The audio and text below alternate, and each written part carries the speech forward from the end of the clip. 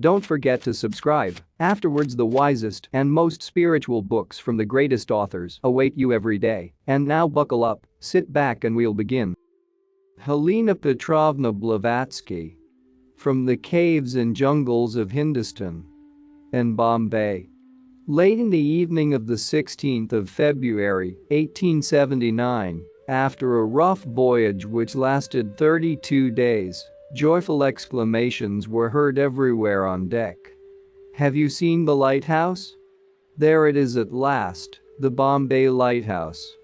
Cards, books, music, everything was forgotten. Everyone rushed on deck.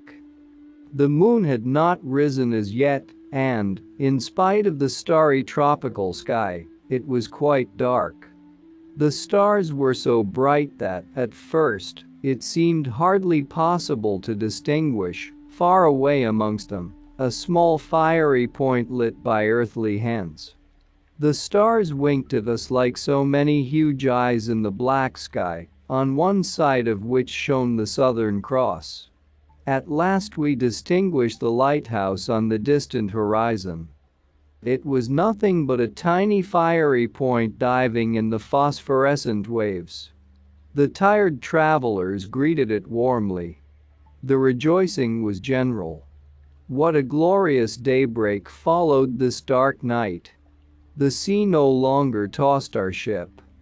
Under the skilled guidance of the pilot, who had just arrived, and whose bronze form was so sharply defined against a pale sky, our steamer, breathing heavily with its broken machinery, slipped over the quiet transparent waters of the Indian Ocean, straight to the harbor. We were only 4 miles from Bombay, and, to us, who had trembled with cold only a few weeks ago in the Bay of Biscay, which has been so glorified by many poets and so heartily cursed by all sailors, our surroundings simply seemed a magical dream. After the tropical nights of the Red Sea and the scorching hot days that had tortured us since Aden, we, people of the distant north, now experienced something strange and unwonted, as if the very fresh soft air had cast its spell over us. There was not a cloud in the sky, thickly strewn with dying stars.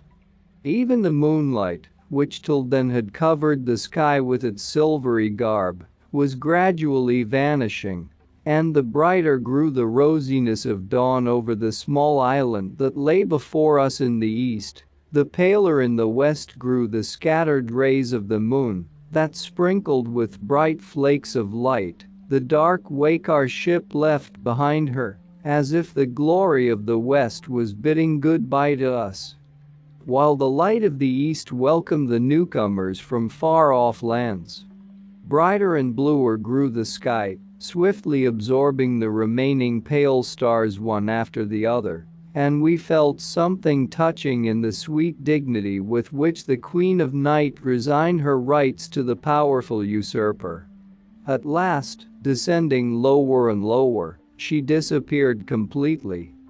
And suddenly, almost without interval between darkness and light, the red-hot globe, emerging on the opposite side from under the cape, leant his golden chin on the lower rocks of the island and seemed to stop for a while, as if examining us.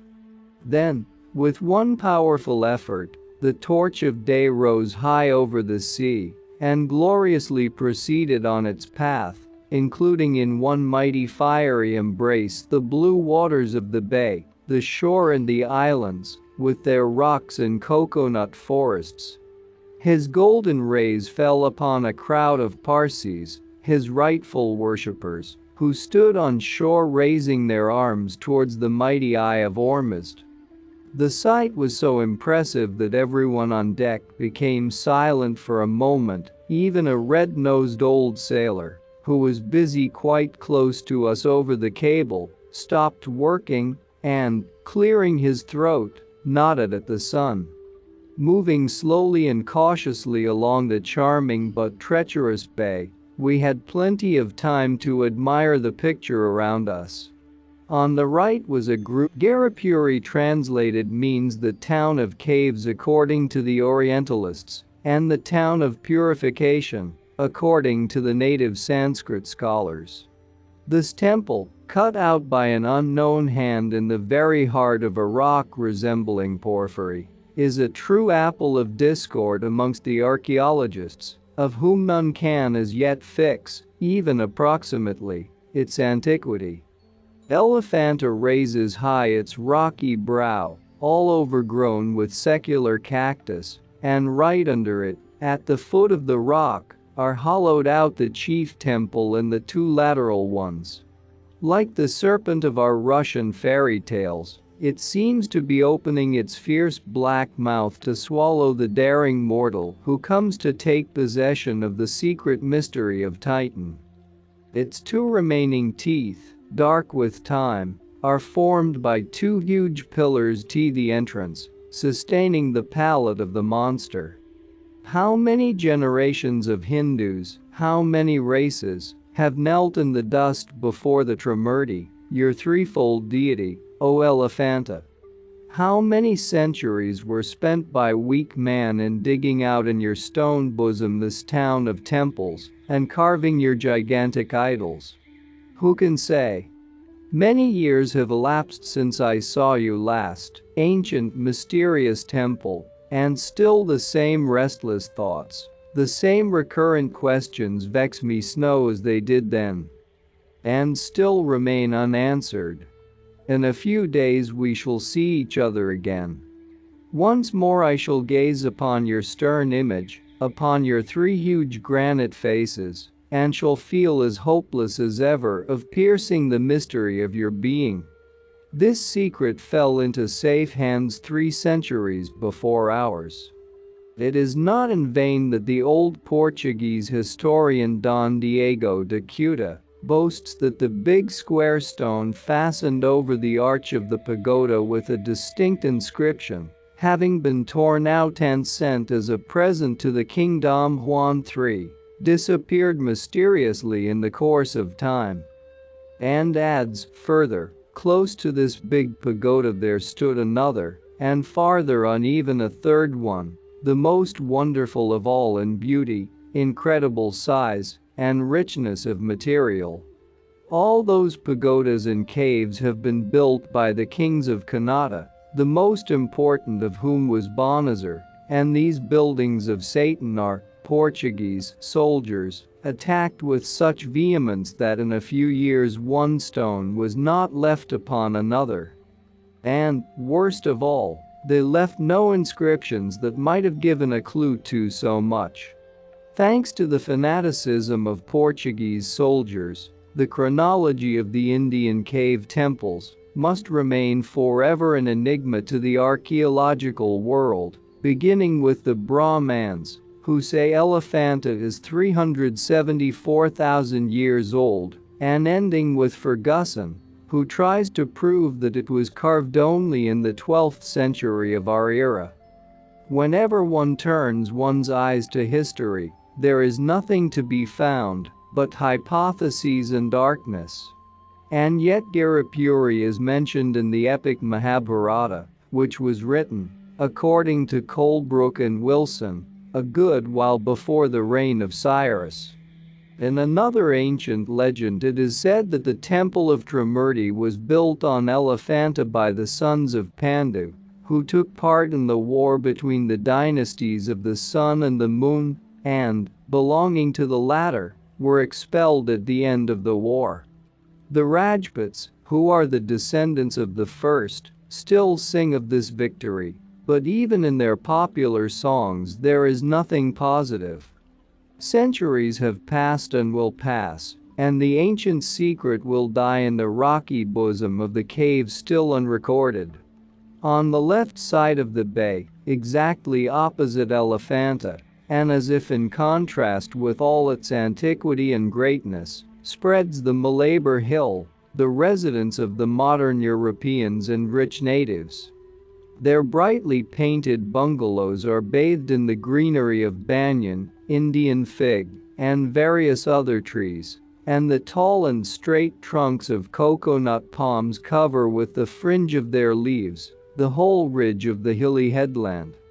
There, on the southwestern end of the rock, you see the almost transparent, lace-like government house surrounded on three sides by the ocean. This is the coolest and the most comfortable part of Bombay, fanned by three different sea breezes. The island of Bombay, designated by the natives Mumbai, received its name from the goddess Mamba, in Marathi Mahima, Amba, Mama, and Amma, according to the dialect, a word meaning, literally, the Great Mother. Hardly 100 years ago, on the site of the modern esplanade, there stood a temple consecrated to Mamba Devi. With great difficulty and expense they carried it nearer to the shore, close to the fort, and erected it in front of Balashwara, the Lord of the Innocent, one of the names of the god Shiva. Bombay is part of a considerable group of islands, the most remarkable of which are Salsetta, joined to Bombay by a mole, Elephanta, so named by the Portuguese because of a huge rock cut in the shape of an elephant 35 feet long, and Trombay, whose lovely rock rises 900 feet above the surface of the sea. Bombay looks, on the maps, like an enormous crayfish, and is at the head of the rest of the islands. Spreading far out into the sea its two claws, Bombay Island stands like a sleepless guardian watching over his younger brothers. Between it and the continent there is a narrow arm of a river, which gets gradually broader and then again narrower, deeply indenting the sides of both shores, and so forming a haven that has no equal in the world. It was not without reason that the Portuguese, expelled in the course of time by the English, used to call it Buona Bahia. In a fit of tourist exultation, some travelers have compared it to the Bay of Naples, but, as a matter of fact, the one is as much like the other as a lazzaroni is like a coolie. The whole resemblance between the former consists in the fact that there is water in both. In Bombay, as well as in its harbor, everything is original and does not in the least remind one of southern Europe. Look at those coasting vessels and native boats. Both are built in the likeness of the seabird sat, a kind of kingfisher. When in motion these boats are the personification of grace, with their long prows and rounded poops. They look as if they were gliding backwards, and one might mistake for wings the strangely shaped long lateen sails, their narrow angles fastened upwards to a yard. Filling these two wings with the wind, and careening, so as almost to touch the surface of the water, these boats will fly along with astonishing swiftness. Unlike our European boats, they do not cut the waves, but glide over them like a seagull. The surroundings of the bay transported us to some fairy land of the Arabian Nights. The ridge of the Western Ghats, cut through here and there by some separate hills almost as high as themselves, stretched all along the eastern shore. From the base to their fantastic rocky tops, they are all overgrown with impenetrable forests and jungles inhabited by wild animals. Every rock has been enriched by the popular imagination with an independent legend. All over the slope of the mountain are scattered the pagodas, mosques, and temples of numberless sects. Here and there the hot rays of the sun strike upon an old fortress, once dreadful and inaccessible, now half ruined and covered with prickly cactus. At every step some memorial of sanctity. Here a deep vihara, a cave cell of a Buddhist bhikshu saint, there a rock protected by the symbol of Shiva, further on a Jaina temple, or a holy tank, all covered with sedge and filled with water, once blessed by a Brahmin and able to purify every sin, all indispensable attribute of all pagodas. All the surroundings are covered with symbols of gods and goddesses. Each of the 330 millions of deities of the Hindu pantheon has its representative in something consecrated to it, a stone, a flower, a tree, or a bird. On the west side of the Malabar hill peeps through the trees Valakeshvara, the temple of the Lord of Sand.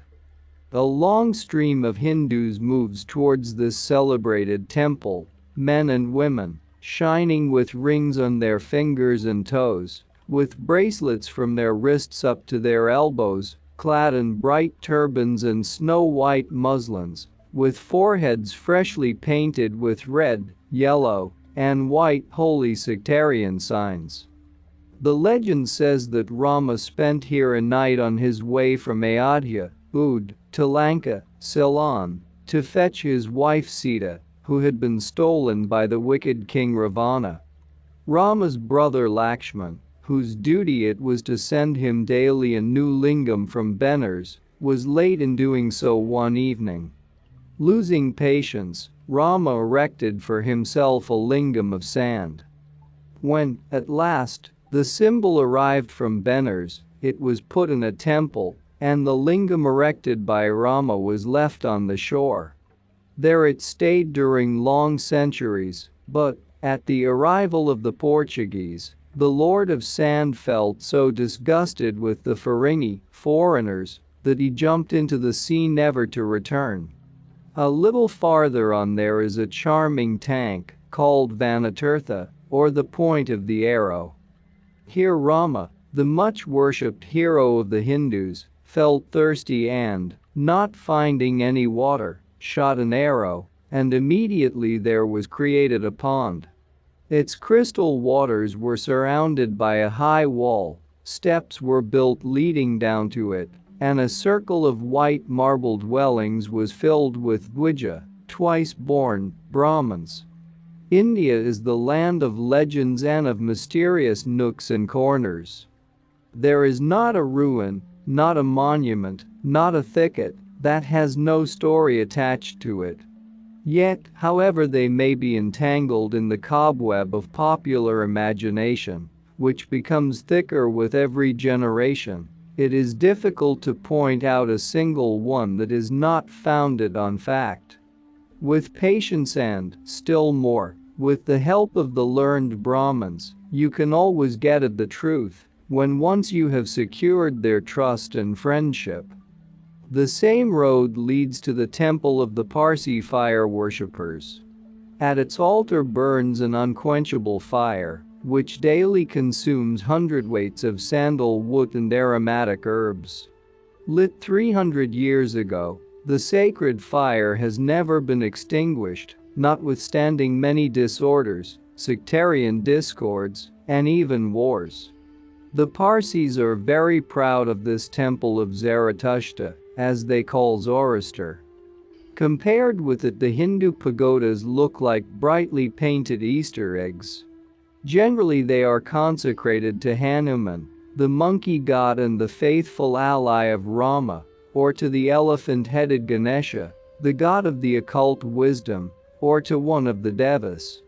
You meet with these temples in every street. Before each there is a row of pipals, Ficus religiosa, centuries old, which no temple can dispense with, because these trees are the abode of the elementals and the sinful souls. All this is entangled, mixed, and scattered, appearing to one's eyes like a picture in a dream. 30 centuries have left their traces here. The innate laziness and the strong conservative tendencies of the Hindus, even before the European invasion, preserved all kinds of monuments from the ruinous vengeance of the fanatics, whether those memorials were Buddhist or belonged to some other unpopular sect. The Hindus are not naturally given to senseless vandalism, and a phrenologist would vainly look for a bump of destructiveness on their skulls. If you meet with antiquities that, having been spared by time, are, nowadays, either destroyed or disfigured, it is not they who are to blame, but either Mussulmans or the Portuguese under the guidance of the Jesuits. At last we were anchored and, in a moment, were besieged, ourselves as well as our luggage, by numbers of naked skeleton-like Hindus, Parsis, Moguls, and various other tribes. All this crowd emerged, as if from the bottom of the sea, and began to shout, to chatter, and to yell, as only the tribes of Asia can.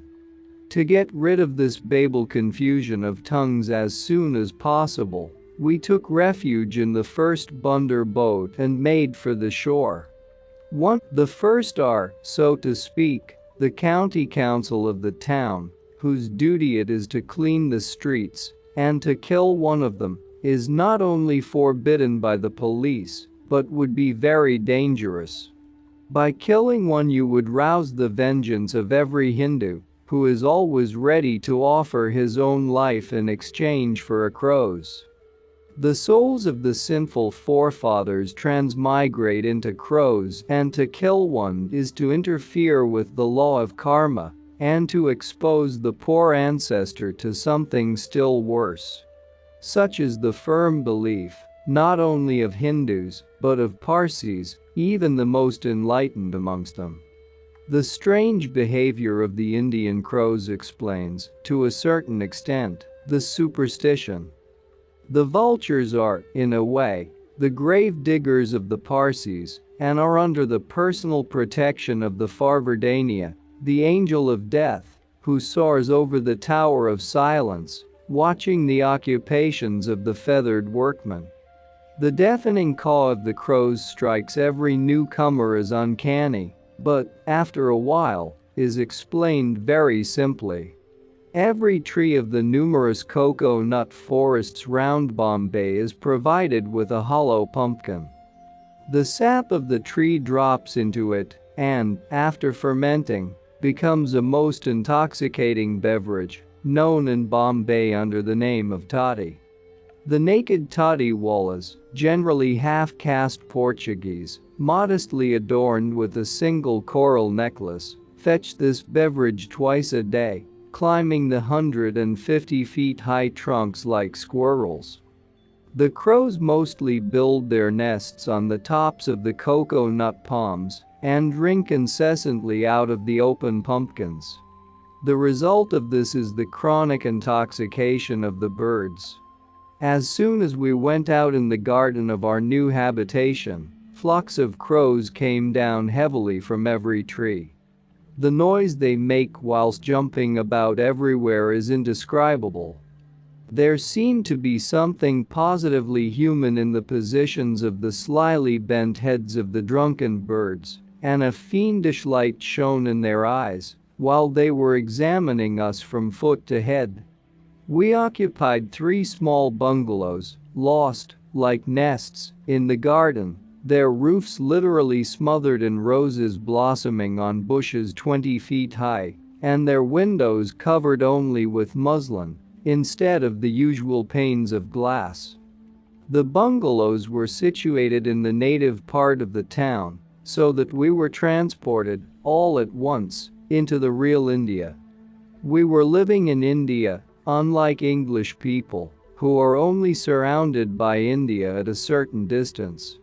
We were enabled to study her character and customs, her religion, superstitions and rites, to learn her legends, in fact, to live among Hindus.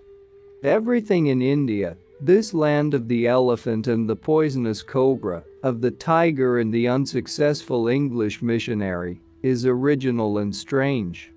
Everything seems unusual, unexpected, and striking, even to one who has traveled in Turkey, Egypt, Damascus, and Palestine.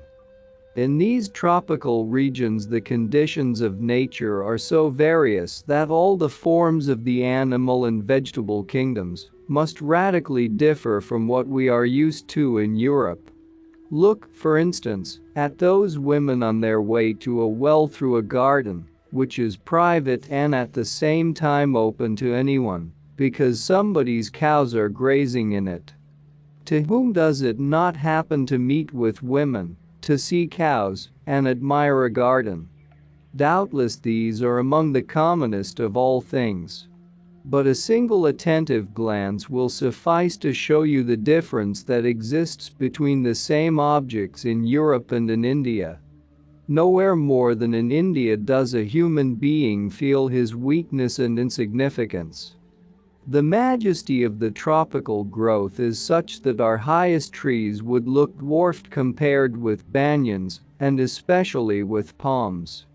A European cow, mistaking, at first sight, her Indian sister for a calf, would deny the existence of any kinship between them, as neither the mouse-colored wool, nor the straight goat-like horns, nor the humped back of the latter would permit her to make such an error. As to the women, each of them would make any artist feel enthusiastic about the gracefulness of her movements and drapery, but still, no pink and white stout Anna Ivanovna would condescend to greet her. Such a shame, God forgive me, the woman is entirely naked. This opinion of the modern Russian woman is nothing but the echo of what was said in 1470 by a distinguished Russian traveler, the sinful slave of God, Athanasius, son of Nikita from Tver, as he styles himself. He describes India as follows. This is the land of India. Its people are naked, never cover their heads, and wear their hair braided. Women have babies every year. Men and women are black. Their prince wears a veil round his head and wraps another veil round his legs. The noblemen wear a veil on one shoulder, and the noblewomen on the shoulders and round the loins, but everyone is barefooted. The women walk about with their hair spread and their breasts naked. The children, boys and girls, never cover their shame until they are 7 years old. This description is quite correct, but Athanasius Nikita's son is right only concerning the lowest and poorest classes. These really do walk about covered only with a veil, which often is so poor that, in fact, it is nothing but a rag. But still, even the poorest woman is clad in a piece of muslin at least 10 yards long. One end serves as a sort of short petticoat, and the other covers the head and shoulders when out in the street, though the faces are always uncovered. The hair is erected into a kind of Greek chignon. The legs up to the knees, the arms, and the waist are never covered. There is not a single respectable woman who would consent to put on a pair of shoes. Shoes are the attribute and the prerogative of disreputable women. When, some time ago, the wife of the Madras governor thought of passing a law that should induce native women to cover their breasts, the place was actually threatened with a revolution. A kind of jacket is worn only by dancing girls. The government recognized that it would be unreasonable to irritate women, who, very often, are more dangerous than their husbands and brothers, and the custom, based on the law of Manu, and sanctified by 3,000 years' observance, remained unchanged. For more than 2 years before we left America, we were in constant correspondence with a certain learned Brahmin, whose glory is great at present, 1879, all over India. We came to India to study, under his guidance, the ancient country of Aryas, the Vedas, and their difficult language. His name is Dayanand Saraswati Swami. Swami is the name of the learned Anchorites who are initiated into many mysteries unattainable by common mortals.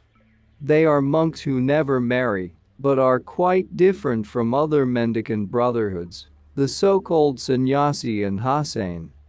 This Pandit is considered the greatest Sanskritist of modern India and is an absolute enigma to everyone. It is only 5 years since he appeared on the arena of great reforms, but till then, he lived, entirely secluded, in a jungle, like the ancient gymnosophists mentioned by the Greek and Latin authors. At this time he was studying the chief philosophical systems of the Aryavata and the occult meaning of the Vedas with the help of mystics and anchorites. All Hindus believe that on the Badrinath mountains, 22,000 feet above the level of the sea, there exist spacious caves, inhabited, now for many thousand years, by these anchorites. Badrinath is situated in the north of Hindustan on the river Bishaganj and is celebrated for its temple of Vishnu right in the heart of the town. Inside the temple there are hot mineral springs, visited yearly by about 50,000 pilgrims, who come to be purified by them. From the first day of his appearance Dayanand Saraswati produced an immense impression and got the surname of the Luther of India. Wandering from one town to another, today in the south, tomorrow in the north, and transporting himself from one end of the country to another with incredible quickness, he thundering against idol worship, the great orator fights with all his might against caste, infant marriages, and superstitions. Chastising all the evils grafted on India by centuries of casuistry and false interpretation of the Vedas, he blames for them the Brahmins, who, as he openly says before masses of people, are alone guilty of the humiliation of their country, once great and independent, now fallen and enslaved. And yet Great Britain has in him not an enemy, but rather an ally. He says openly, if you expel the English, then, no later than tomorrow, you and I and everyone who rises against idol worship will have our throats cut like mere sheep. The Mussulmans are stronger than the idol worshippers, but these last are stronger than we. The Pandit held many a warm dispute with the Brahmans, those treacherous enemies of the people, and has almost always been victorious. And Benner's secret assassins were hired to slay him, but the attempt did not succeed. In a small town of Bengal, where he treated fetishism with more than his usual severity, some fanatic threw on his naked feet a huge cobra. There are two snakes deified by the Brahmin mythology. The one which surrounds the neck of Shiva on his idols is called Vasuki, the other, Ananta, forms the couch of Vishnu. So the worshipper of Shiva, feeling sure that his cobra, trained purposely for the mysteries of a Shivate pagoda, would at once make an end of the offender's life, triumphantly exclaimed, "Let the god Vasuki himself show which of us is right." Dayanand jerked off the cobra twirling round his leg, and with a single vigorous movement, crushed the reptile's head. "Let him do so," he quietly assented. "Your god has been too slow. It is I who have decided the dispute, now go," added he, addressing the crowd, "and tell everyone how easily perish the false gods." Thanks to his excellent knowledge of Sanskrit, the Pandit does a great service, not only to the masses, clearing their ignorance about the monotheism of the Vedas, but to science too, showing who, exactly, are the Brahmins, the only caste in India which, during centuries, had the right to study Sanskrit literature and comment on the Vedas, and which used this right solely. Long before the time of such Orientalists as Burnouf, Colebrook and Max Muller, there have been in India many reformers who tried to prove the pure monotheism of the Vedic doctrines.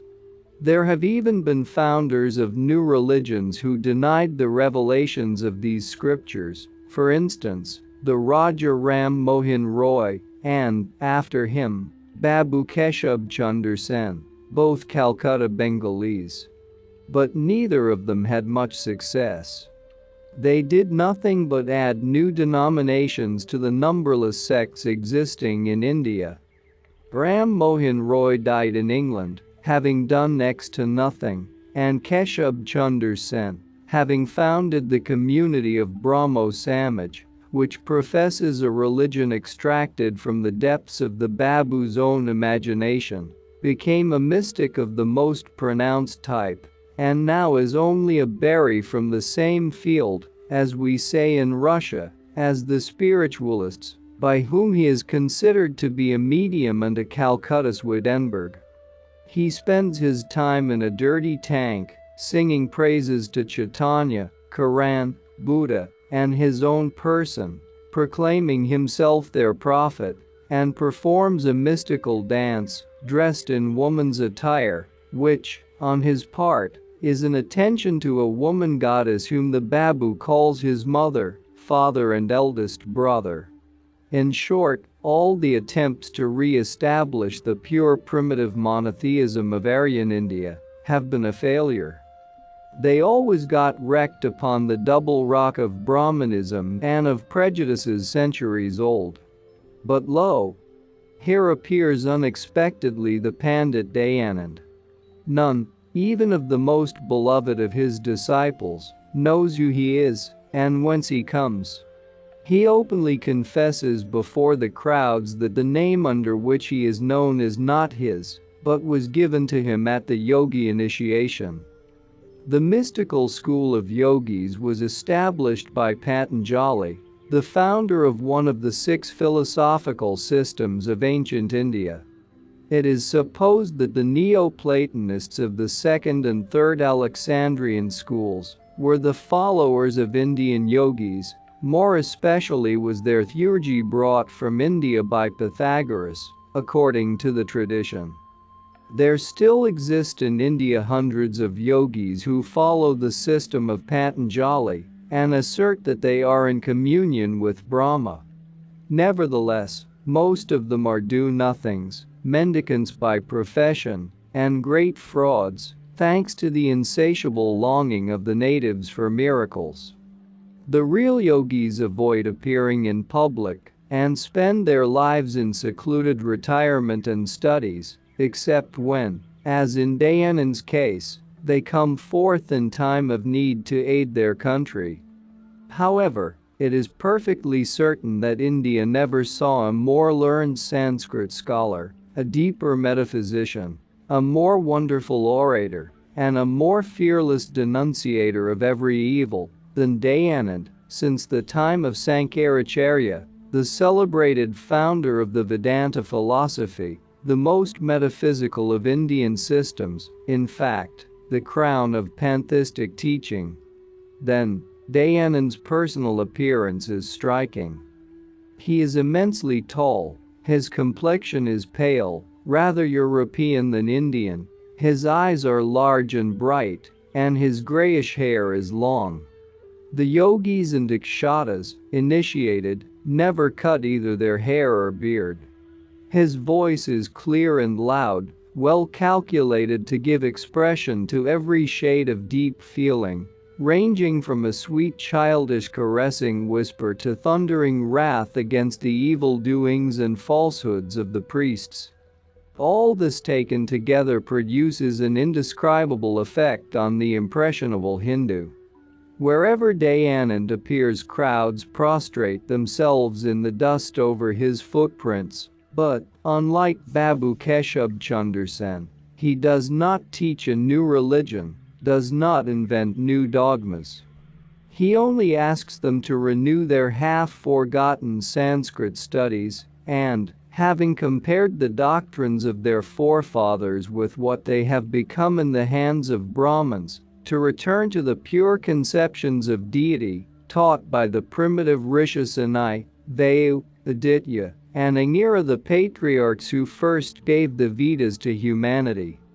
He does not even claim that the Vedas are a heavenly revelation, but simply teaches that every word in these scriptures belongs to the highest inspiration possible to the earthly man, an inspiration that is repeated in the history of humanity and, when necessary, may happen to any nation. During his 5 years of work, Swami Dayanand made about 2 million proselytes, chiefly amongst the higher castes. Judging by appearances, They are all ready to sacrifice to him their lives and souls and even their earthly possessions, which are often more precious to them than their lives. But Dayanand is a real yogi. He never touches money and despises pecuniary affairs. He contents himself with a few handfuls of rice per day. One is inclined to think that this wonderful Hindu bears a charmed life, so careless is he of rousing the worst human passions, which are so dangerous in India. A marble statue could not be less moved by the raging wrath of the crowd. We saw him once at work. He sent away all his faithful followers and forbade them either to watch over him or to defend him, and stood alone before the infuriated crowd, facing calmly the monster ready to spring upon him and tear him to pieces. Here a short explanation is necessary. A few years ago a society of well-informed, energetic people was formed in New York. A certain sharp-witted savant surnamed them La Société des Malcontents du Spiritisme. The founders of this club were people who, believing in the phenomena of spiritualism as much as in the possibility of every other phenomenon in nature, still denied the theory of the spirits. They considered that the modern psychology was a science still in the first stages of its development, in total ignorance of the nature of the psychic man, and denying, as do many other sciences, all that cannot be explained according to its own particular theories. From the first days of its existence, some of the most learned Americans joined the society, which became known as the Theosophical Society. Its members differed on many points, much as do the members of any other society, geographical or archaeological, which fights for years over the sources of the Nile or the hieroglyphs of Egypt. But everyone is unanimously agreed that, as long as there is water in the Nile, its sources must exist somewhere. So much about the phenomena of spiritualism and mesmerism.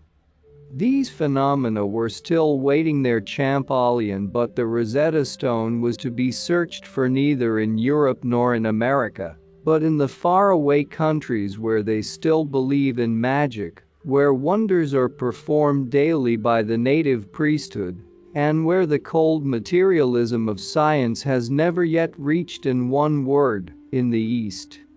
The council of the society knew that the Lama Buddhists, for instance, though not believing in God and denying the personal immortality of the soul, are yet celebrated for their phenomena, and that mesmerism was known and daily practiced in China from time immemorial under the name of jina.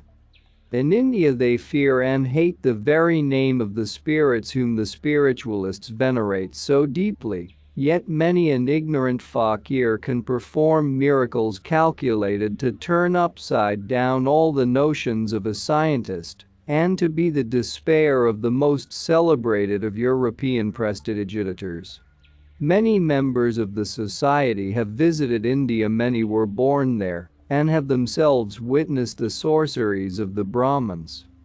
The founders of the club, well aware of the depth of modern ignorance in regard to the spiritual man, were most anxious that Cuvier's method of comparative anatomy should acquire rights of citizenship among metaphysicians and, so, progress from regions physical to regions psychological on its own inductive and deductive foundation. Otherwise, they thought, psychology will be unable to move forward a single step, and may even obstruct every other branch of natural history.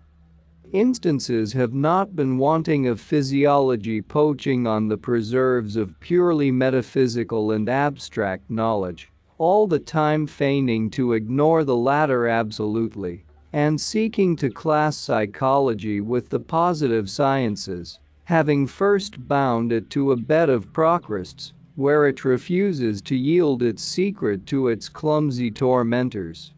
In a short time the Theosophical Society counted its members, not by hundreds, but by thousands. All the malcontents of American spiritualism, and there were at that time 12 million spiritualists in America, joined the society. Collateral branches were formed in London, Corfu, Australia, Spain, Cuba, California, etc. Everywhere experiments were being performed, and the conviction that it is not spirits alone who are the causes of the phenomena was becoming general. In course of time, branches of the society were in India and in Ceylon. The Buddhist and Brahmanical members became more numerous than the Europeans. A league was formed, and to the name of the society was added the subtitle, the Brotherhood of Humanity. After an active correspondence between the Arya Samaj, founded by Swami Dayanand, and the Theosophical Society, an amalgamation was arranged between the two bodies. Then the Chief Council of the New York branch decided upon sending a special delegation to India for the purpose of studying, on the spot, the ancient language of the Vedas and the manuscripts, and the wonders of Yajism. On the 17th of December, 1878, the delegation, composed of 2 secretaries and 2 members of the Council of the Theosophical Society, started from New York, to pause for a while in London, and then to proceed to Bombay, where it landed in February 1879. It may easily be conceived that, under these circumstances, the members of the delegation were better able to study the country and to make fruitful researches than might, otherwise, have been the case. Today they are looked upon as brothers and aided by the most influential natives of India. They count among the members of their society Pandits of Benares in Calcutta, and Buddhist priests of the Ceylon Viharas, amongst others the learned Sumangala, mentioned by Minayef in the description of his visit to Adams Peak, and lamas of Tibet, Burma, Travancore and elsewhere. The members of the delegation are admitted to sanctuaries where, as yet, no European has set his foot. Consequently, they may hope to render many services to humanity and science, in spite of the ill will which the representatives of positive science bear to them. As soon as the delegation landed, a telegram was dispatched to Dayanand, as everyone was anxious to make his personal acquaintance. In reply, he said that he was obliged to go immediately to Hardwar, where hundreds of thousands of pilgrims were expected to assemble, but he insisted on our remaining behind, since cholera was certain to break out among the devotees. He appointed a certain spot, at the foot of the Himalayas, in the Jab, where we were to meet in a month's time. Alas! All this was written some time ago. Since then Swami Dayanand's countenance has changed completely toward us. He is, now, an enemy of the Theosophical Society and its 2 founders, Colonel Olcott, and the author of these letters. It appeared that, on entering into an offensive and defensive alliance with the society, Dayanand nourished a hope that all its members, Christians, Brahmins and Buddhists, would acknowledge his supremacy and become members of the Arya Samaj. Needless to say, this was impossible. The Theosophical Society rests on the principle of complete non-interference with the religious beliefs of its members. Toleration is its basis, and its aims are purely philosophical. This did not suit Dayanand. He wanted all the members either to become his disciples or to be expelled from the society. It was quite clear that neither the president nor the council could assent to such a claim. Englishmen and Americans, whether they were Christians or freethinkers, Buddhists, and especially Brahmins, revolted against Dayanand and unanimously demanded that the league should be broken. However, All this happened later. At the time of which I speak, we were friends and allies of the Swami, and we learned with deep interest that the Hardwar Mela, which he was to visit, takes place every 12 years and is a kind of religious fair which attracts representatives from all the numerous sects of India. Learned dissertations are read by the disputants in defense of their peculiar doctrines, and the debates are held in public. This year the Hardwar gathering was exceptionally numerous. The sannyasis, the mendicant monks of India alone, numbered 35,000, and the cholera, foreseen by the Swami, actually broke out. As we were not yet to start for the appointed meeting, we had plenty of spare time before us, so we proceeded to examine Bombay. The Tower of Silence, on the heights of the Malabar Hill, is the last abode of all the sons of Zoroaster. It is, in fact, a Parsi cemetery. Here their dead, rich and poor, men, women and children, are all laid in a row, and in a few minutes nothing remains of them but bare skeletons. A dismal impression is made upon a foreigner by these towers, where absolute silence has reigned for centuries. This kind of building is very common in every place where Parsis live and die. In Bombay, of 6 towers, the largest was built 250 years ago, and the least, but a short time since. With few exceptions, they are round or square in shape, from 20 to 40 feet high, without roof, window, or door, but with a single iron gate opening towards the east, and so small that it is quite covered by a few bushes. The first corpse brought to a new tower Dakma must be the body of the innocent child of a Mobdar priest. No one, not even the chief watcher, is allowed to approach within a distance of 30 paces of these towers. Of all living human beings, NASA sailors, corpse carriers alone enter and leave the Tower of Silence. The life these men lead is simply wretched. No European executioner's position is worse. They live quite apart from the rest of the world, in whose eyes they are the most abject of beings. Being forbidden to enter the markets, they must get their food as they can.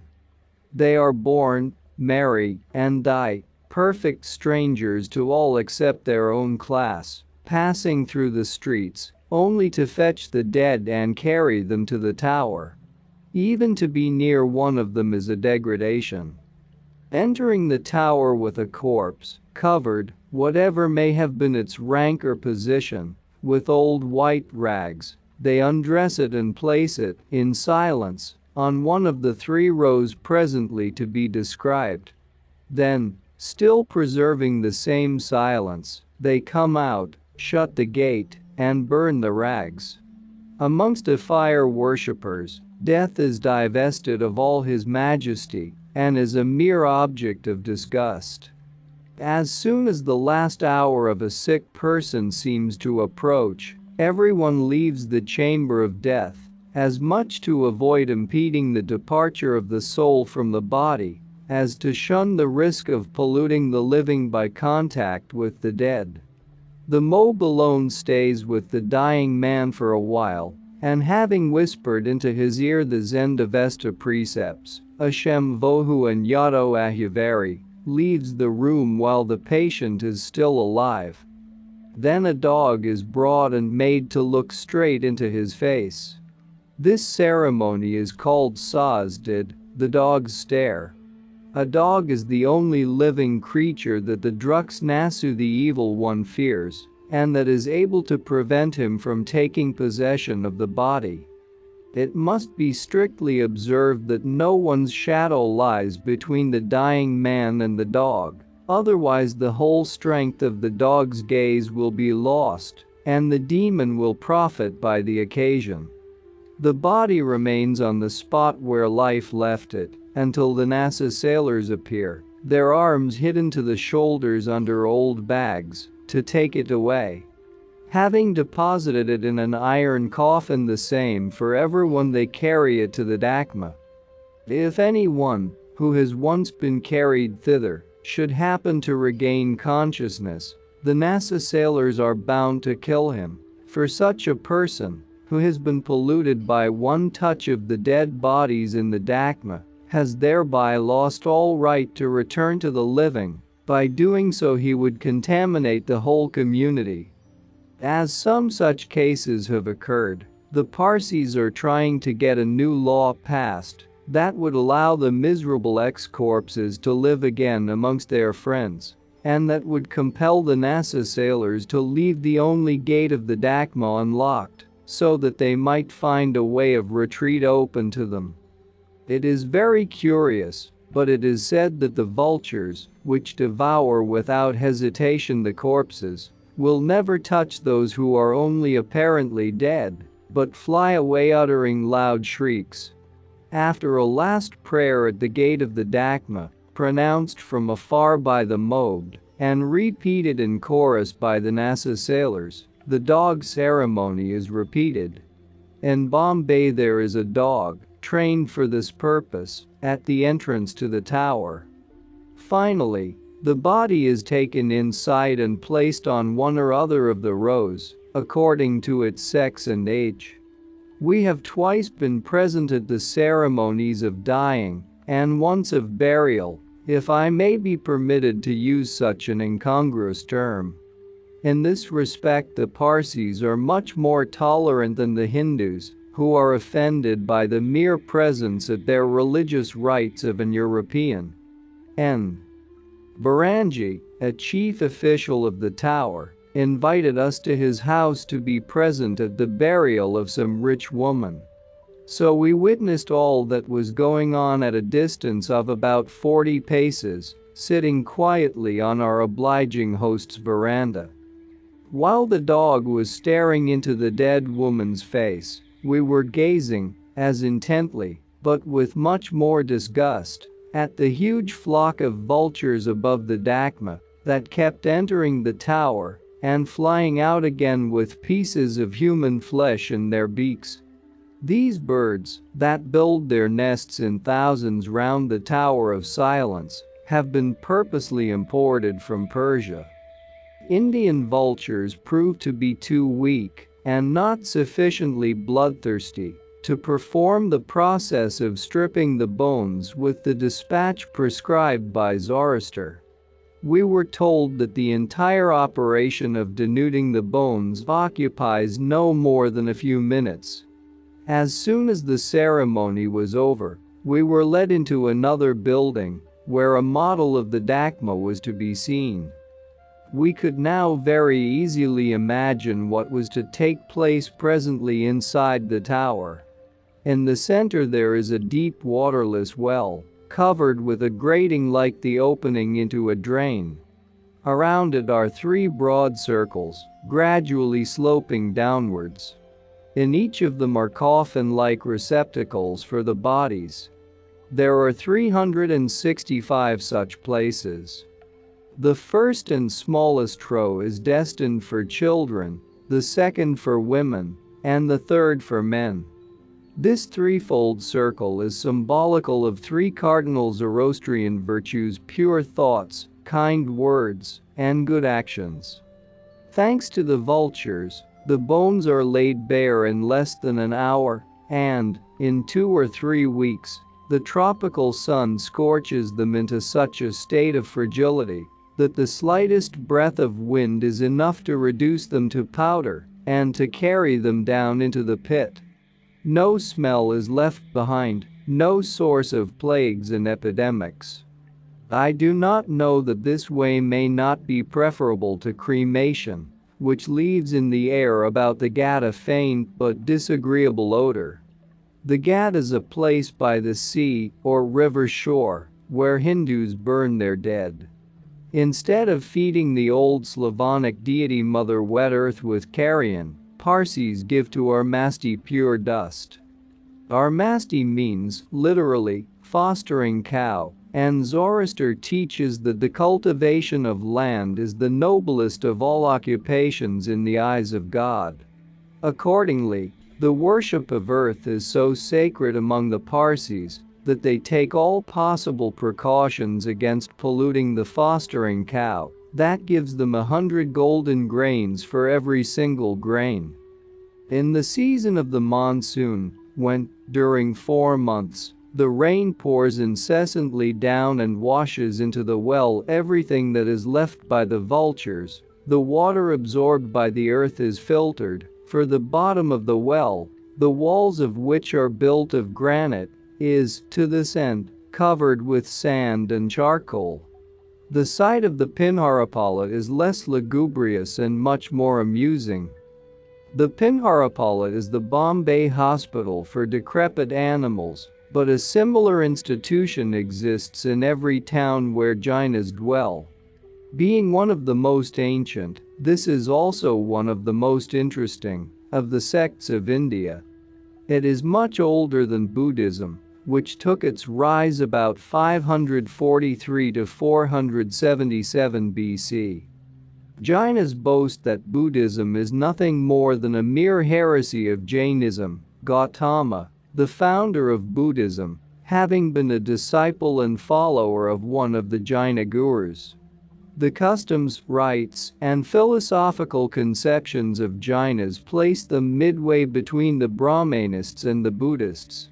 In view of their social arrangements, they more closely resemble the former, but in their religion they incline towards the latter.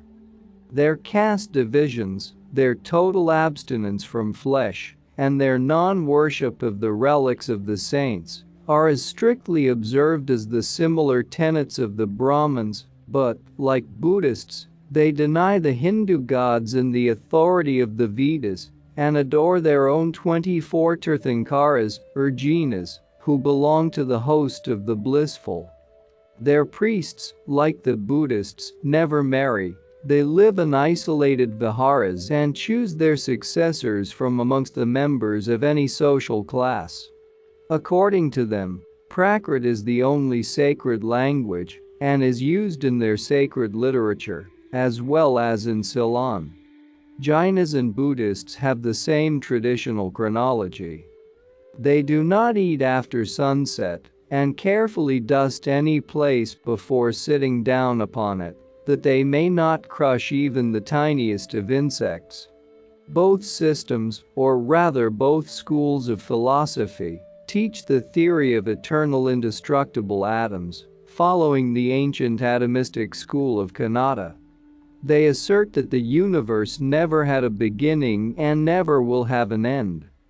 The world and everything in it is but an illusion, a maya, say the Vedantists, the Buddhists, and the Jainas, but, whereas the followers of Sankaracharya preach Parabrahm, a deity devoid of will, understanding, and action, because it is absolute understanding, mind and will, and Ashwara emanating from it, the Jainas and the Buddhists believe in no creator of the universe, but teach only the existence of Swabhavati, a plastic, infinite, self-created principle in nature.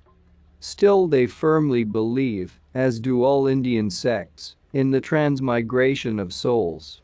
Their fear, lest, by killing an animal or an insect, they may, perchance, destroy the life of an ancestor, develops their love and care for every living creature to an almost incredible extent.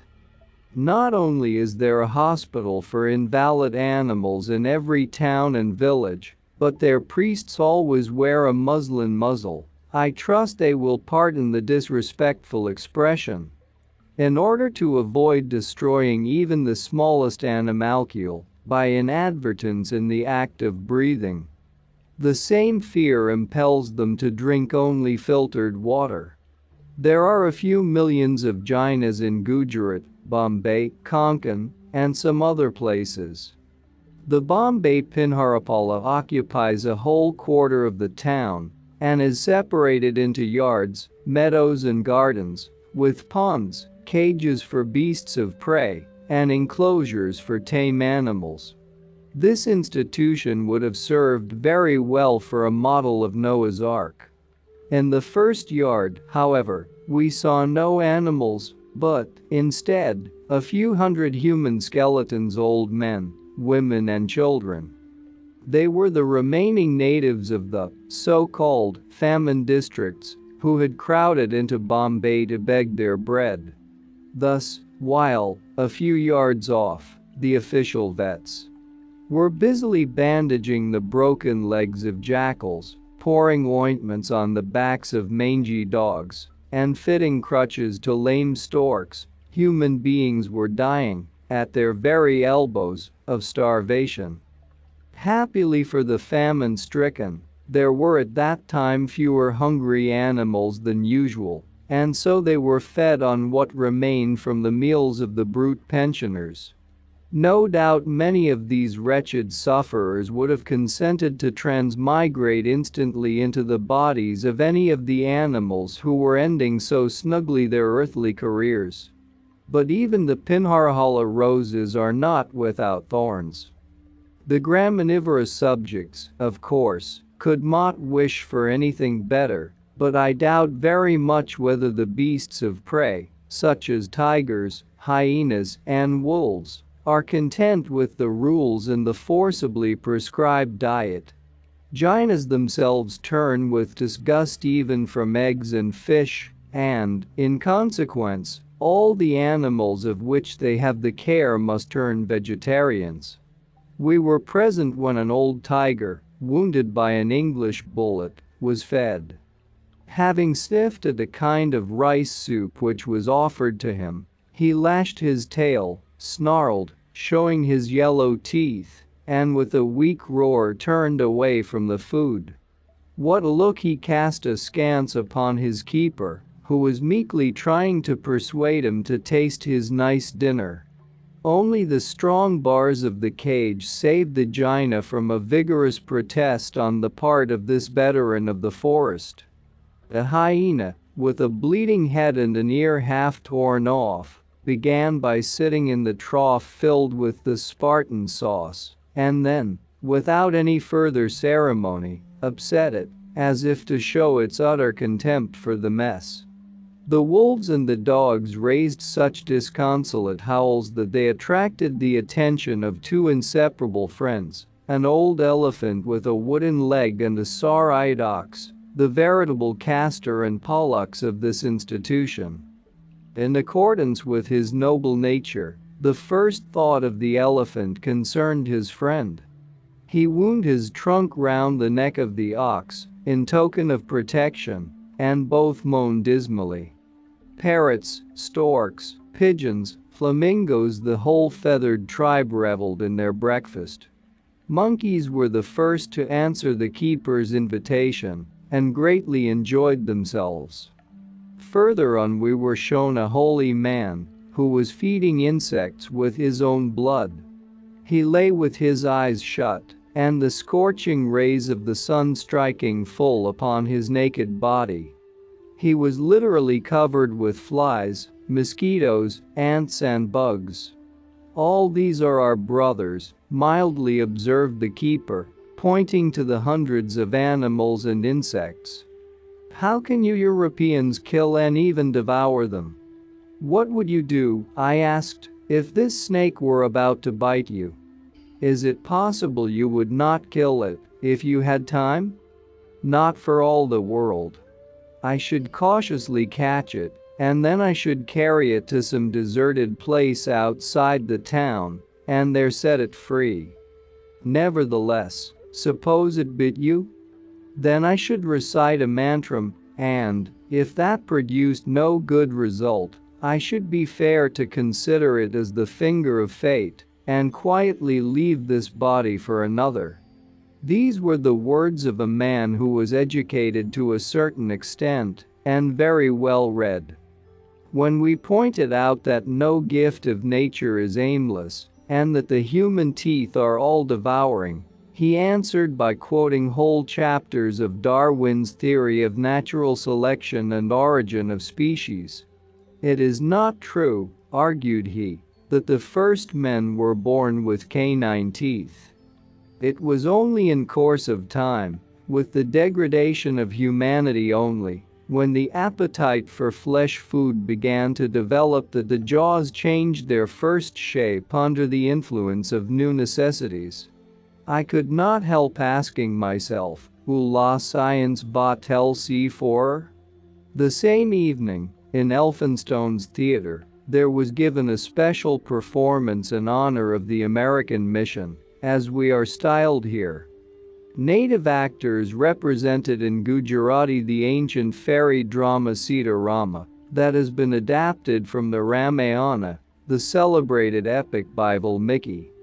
This drama is composed of 14 acts and no end of tableaux, in addition to transformation scenes. All the female parts, as usual, were acted by young boys, and the actors, according to the historical and national customs, were barefooted and half-naked. Still, the richness of the costumes, the stage adornments and transformations, were truly wonderful. For instance, even on the stages of large metropolitan theaters, it would have been difficult to give a better representation of the army of Rama's allies, who are nothing more than troops of monkeys under the leadership of Hanuman, the soldier, statesman, dramatist, poet, god, who is so celebrated in history, that of India SVP. The oldest and best of all Sanskrit dramas, Hanuman Natak, is ascribed to this talented forefather of ours. Alas! Gone is the glorious time when, proud of our white skin, which after all may be nothing more than the result of a fading, under the influences of our northern sky, we look down upon Hindus and other niggers with a feeling of contempt, well suited to our own magnificence. No doubt Sir William Jones' soft heart ached when translating from the Sanskrit such humiliating sentences as the following. Hanuman is said to be the forefather of the Europeans. Rama, being a hero and a demigod, was well entitled to unite all the bachelors of his useful monkey army to the daughters of the Lanka, Ceylon, giants, the Rakshasas, and to present these Dravidian beauties with the dowry of all western lands. After the most pompous marriage ceremonies, the monkey soldiers made a bridge, with the help of their own tails, and safely landed with their spouses in Europe, where they lived very happily and had a numerous progeny. This progeny are we, Europeans.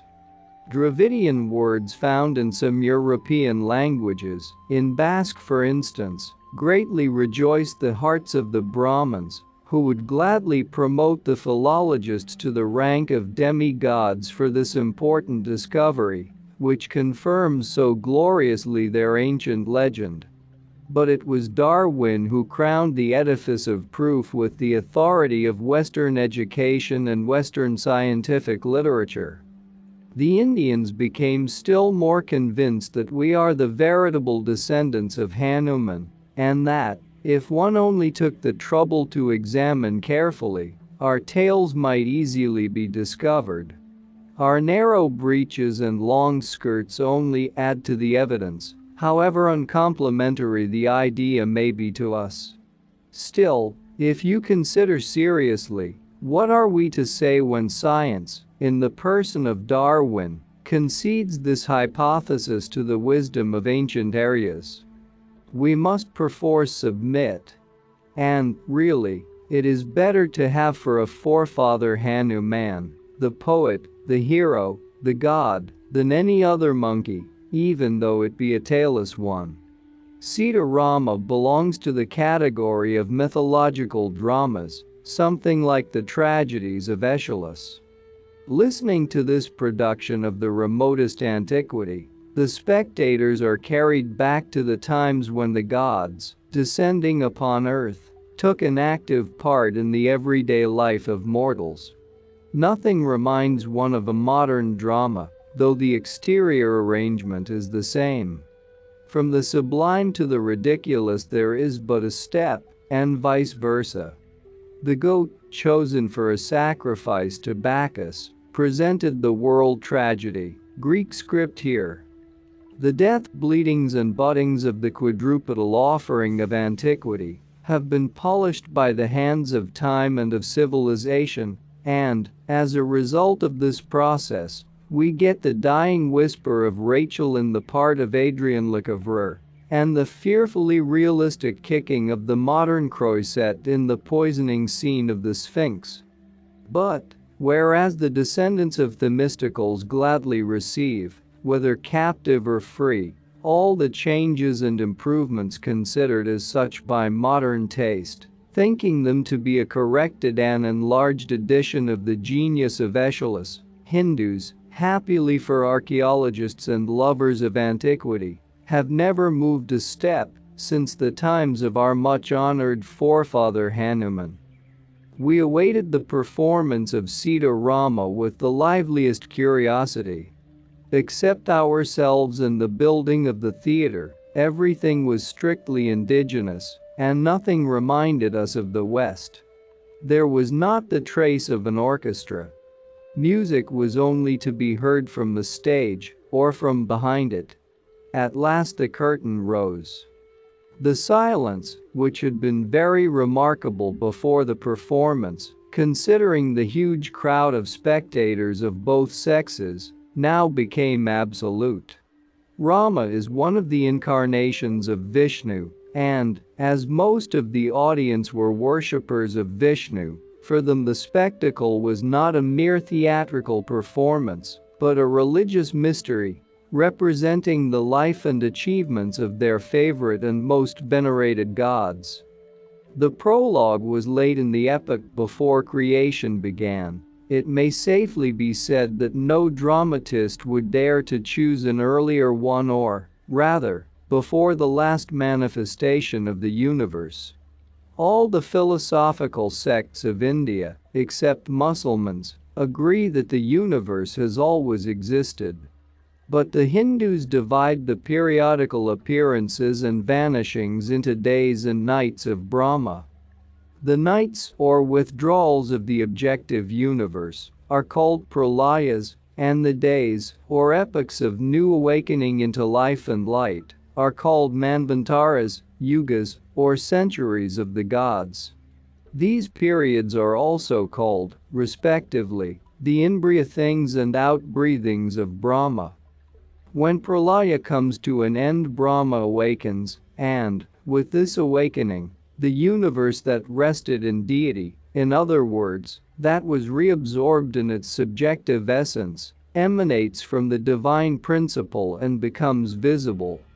The gods, who died at the same time as the universe, begin slowly to return to life. The invisible alone, the infinite, the lifeless, the one who is the unconditioned original life itself, soars, surrounded by shoreless chaos. Its holy presence is not visible. It shows itself only in the periodical pulsation of chaos, represented by a dark mass of waters filling the stage.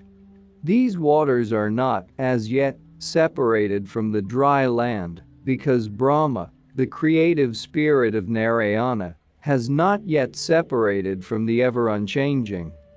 Then comes a heavy shock of the whole mass, and the waters begin to acquire transparency. Rays, proceeding from a golden egg at the bottom, spread through the chaotic waters. Receiving life from the spirit of Narayana, the egg bursts and the awakened Brahma rises to the surface of the water, in the shape of a huge lotus.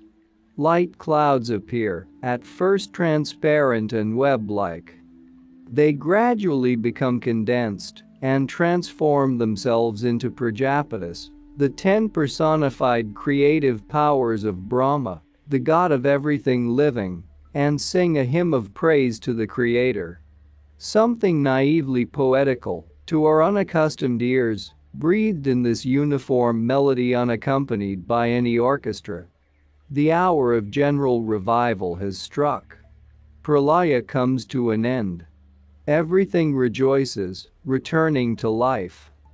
The sky is separated from the waters, and on it appear the Asuras and Gandharvas, the heavenly singers and musicians.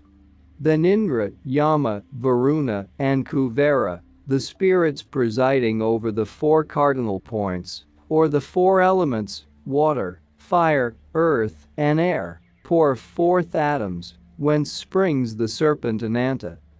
The monster swims to the surface of the waves and, bending its swan-like neck, forms a couch on which Vishnu reclines with the goddess of beauty, his wife Lakshmi, at his feet.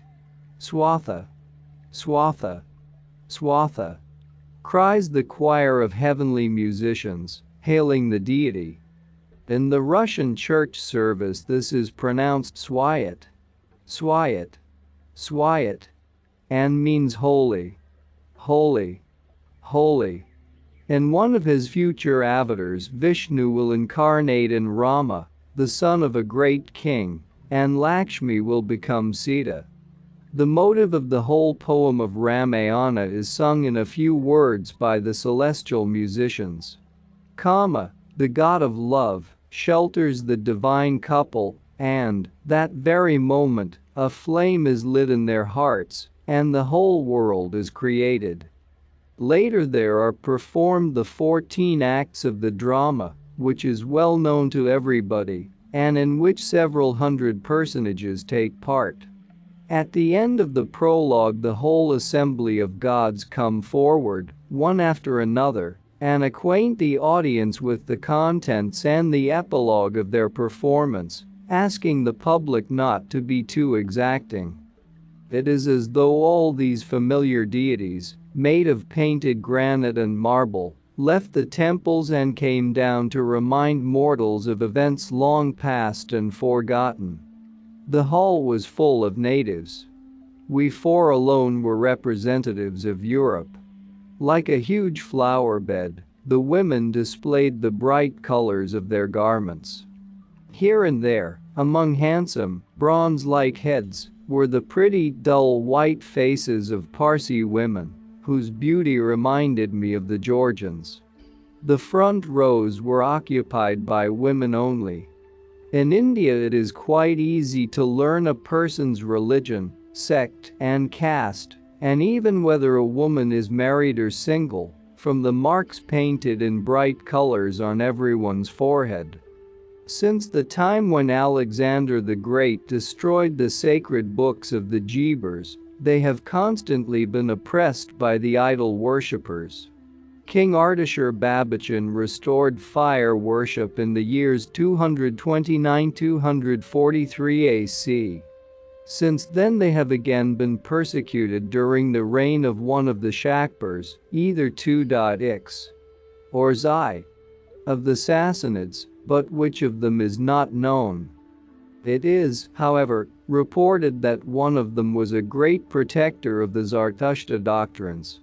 After the fall of Yezdijerd, the fire worshippers emigrated to the island of Ormuzd, and, some time later, having found a book of Zoroastrian prophecies, in obedience to one of them they set out for Hindustan.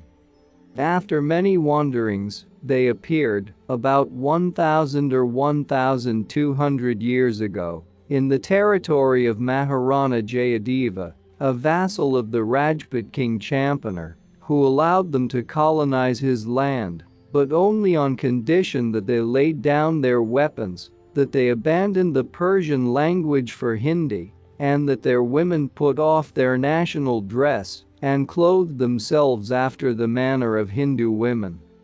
He, however, allowed them to wear shoes, since this is strictly prescribed by Zoroaster. Since then very few changes have been made. It follows that the Parsi women could only be distinguished from their Hindu sisters by very slight differences. The almost white faces of the former were separated by a strip of smooth black hair from a sort of white cap, and the whole was covered with a bright veil. The latter wore no covering on their rich, shining hair, twisted into a kind of Greek chignon. Their foreheads were brightly painted, and their nostrils adorned with golden rings. Both are fond of bright, but uniform, colors, both cover their arms up to the elbow with bangles, and both wear saris. Behind the women a whole sea of most wonderful turbans was waving in the pit. There were long-haired Rajputs with regular Grecian features, and long beards parted in the middle, their heads covered with pagras consisting of, at least, 20 yards of finest white muslin, and their persons adorned with earrings and necklaces. There were Maratha Brahmins, who shaved their heads, leaving only one long central lock, and wear turbans of blinding red, decorated in front with a sort of golden horn of plenty, bangas. Wearing three-cornered helmets with a kind of coxcomb on the top, kachas, with Roman helmets, bilas, from the borders of Rajasthan, whose chins are wrapped 3 times in the ends of their pyramidal turbans, so that the innocent tourist never fails to think that they constantly suffer from toothache. Bengalis and Calcutta babas, bareheaded all the year round, their hair cut after an Athenian fashion, and their bodies clothed in the proud folds of a white toga virilis, in no way different from those once worn by Roman senators, Parsis, in their black oilcloth mitres, Sikhs, the followers of Nanaka, strictly monotheist and mystic, whose turbans are very like the bilises, but who wear long hair down to their waists, and hundreds of other tribes. Proposing to count how many different headgears are to be seen in Bombay alone, we had to abandon the task as impracticable after a fortnight. Every caste, every trade, guild, and sect, every one of the 1,000 subdivisions of the social hierarchy, has its own bright turban, often sparkling with gold lace and precious stones, which is laid aside only in case of mourning. But, as if to compensate for this luxury, even the members of the municipality, rich merchants, and Rai Bahadurs, who have been created baronets by the government, never wear any stockings and leave their legs bare up to the knees. As for their dress, it chiefly consists of a kind of shapeless white shirt. In Baroda some Gaikwars, a title of all the Baroda princes, still keep in their stables elephants and the less common giraffes, though the former are strictly forbidden in the streets of Bombay. We had an opportunity of seeing ministers, and even Rajas, mounted on these noble animals, their mouths full of pansapari, betel leaves, their heads drooping under the weight of the precious stones on their turbans, and each of their fingers and toes adorned with rich golden rings. While the evening I am describing lasted, we had in our box the handsome ambassador and late tutor of the Maharana of Udaipur. Our companion was a Raja and a Pandit. His name was a Mohanlal Vishnulal Pandya. He wore a small pink turban sparkling with diamonds, a pair of pink barrage trousers, and a white gauze coat. His raven black hair half covered his amber-colored neck, which was surrounded by a necklace that might have driven any Parisian belle frantic with envy.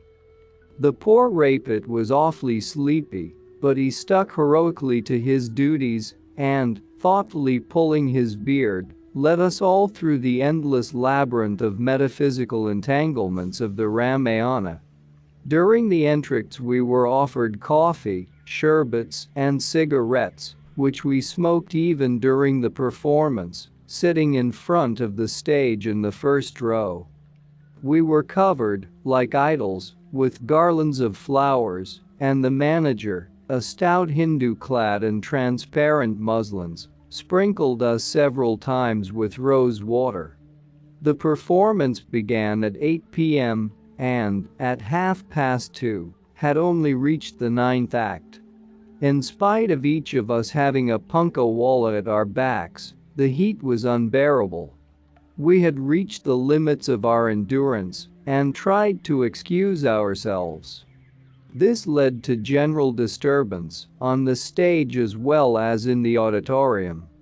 The airy chariot, on which the wicked King Ravana was carrying Sita away, paused in the air. The king of the Nagas, serpents, ceased breathing flames. The monkey soldiers hung motionless on the trees, and Rama himself, clad in light blue and crowned with a diminutive pagoda, came to the front of the stage and pronounced in pure English speech, in which he thanked us for the honor of our presence. Then new bouquets, pansuparis, and rose water, and, finally, we reached home about 4 a.m. Next morning we learned that the performance had ended at 6:30. On the way to Karli. It is an early morning near the end of March. A light breeze caresses with its velvety hand the sleepy faces of the pilgrims, and the intoxicating perfume of tuberoses mingles with the pungent odors of the bazaar. Crowds of barefooted Brahmin women, stately and well-formed, direct their steps, like the biblical Rachel, to the well, with brass water pots bright as gold upon their heads. On our way lie numerous sacred tanks, filled with stagnant water, in which Hindus of both sexes perform their prescribed morning ablutions. Under the hedge of a garden somebody's tame mongoose is devouring the head of a cobra. The headless body of the snake convulsively, but harmlessly, beats against the thin flanks of the little animal, which regards these vain efforts with an evident delight. Side by side with this group of animals is a human figure, a naked Mali, gardener, offering betel and salt to a monstrous stone idol of Shiva, with the view of pacifying the wrath of the destroyer, excited by the death of the cobra, which is one of his favorite servants.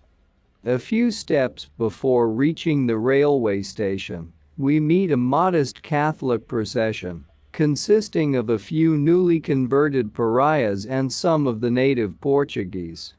Under a baldachin is a litter, on which swings to and fro a dusky Madonna dressed after the fashion of the native goddesses, with a ring in her nose. In her arms she carries the Holy Babe, clad in yellow pajamas and a red Brahmanical turban. Hari, Hari, Devaki. Glory to the Holy Virgin! Exclaim the converts, unconscious of any difference between the Devaki, mother of Krishna, and the Catholic Madonna. All they know is that, excluded from the temples by the Brahmins on account of their not belonging to any of the Hindu castes, they are admitted sometimes into the Christian pagodas, thanks to the padres, a name adopted from the Portuguese padre, and applied indiscriminately to the missionaries of every European sect. At last, our garrus native two-wheeled vehicles drawn by a pair of strong bullocks arrived at the station. English employees open wide their eyes at the sight of white-faced people traveling about the town in gilded Hindu chariots. But we are true Americans, and we have come hither to study, not Europe, but India and her products on the spot. If the tourist casts a glance on the shore opposite to the port of Bombay, he will see a dark blue mass rising like a wall between himself and the horizon. This is Parbal, a flat-topped mountain 2,250 feet high. Its right slope leans on two sharp rocks covered with woods. The highest of them, Mataran, is the object of our trip. From Bombay to Nerul, a station situated at the foot of this mountain, we are to travel 4 hours by railway, though, as the crow flies, the distance is not more than 12 miles. The railroad wanders round the foot of the most charming little hills, skirts hundreds of pretty lakes, and pierces with more than 20 tunnels the very heart of the Rocky Ghats. We were accompanied by 3 Hindu friends. 2 of them once belonged to a high caste, but were excommunicated from their pagoda for association and friendship with us, unworthy foreigners. At the station our party was joined by two more natives, with whom we had been in correspondence for many a year.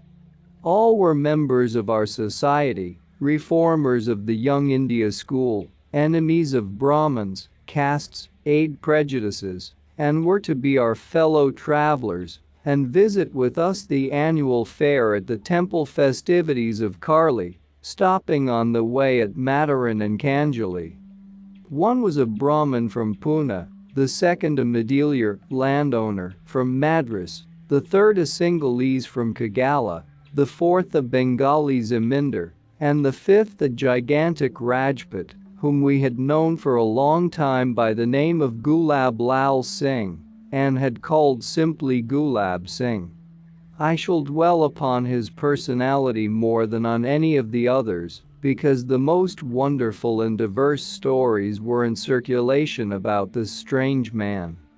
It was asserted that he belonged to the sect of Raj Yogis and was an initiate of the mysteries of magic, alchemy, and various other occult sciences of India.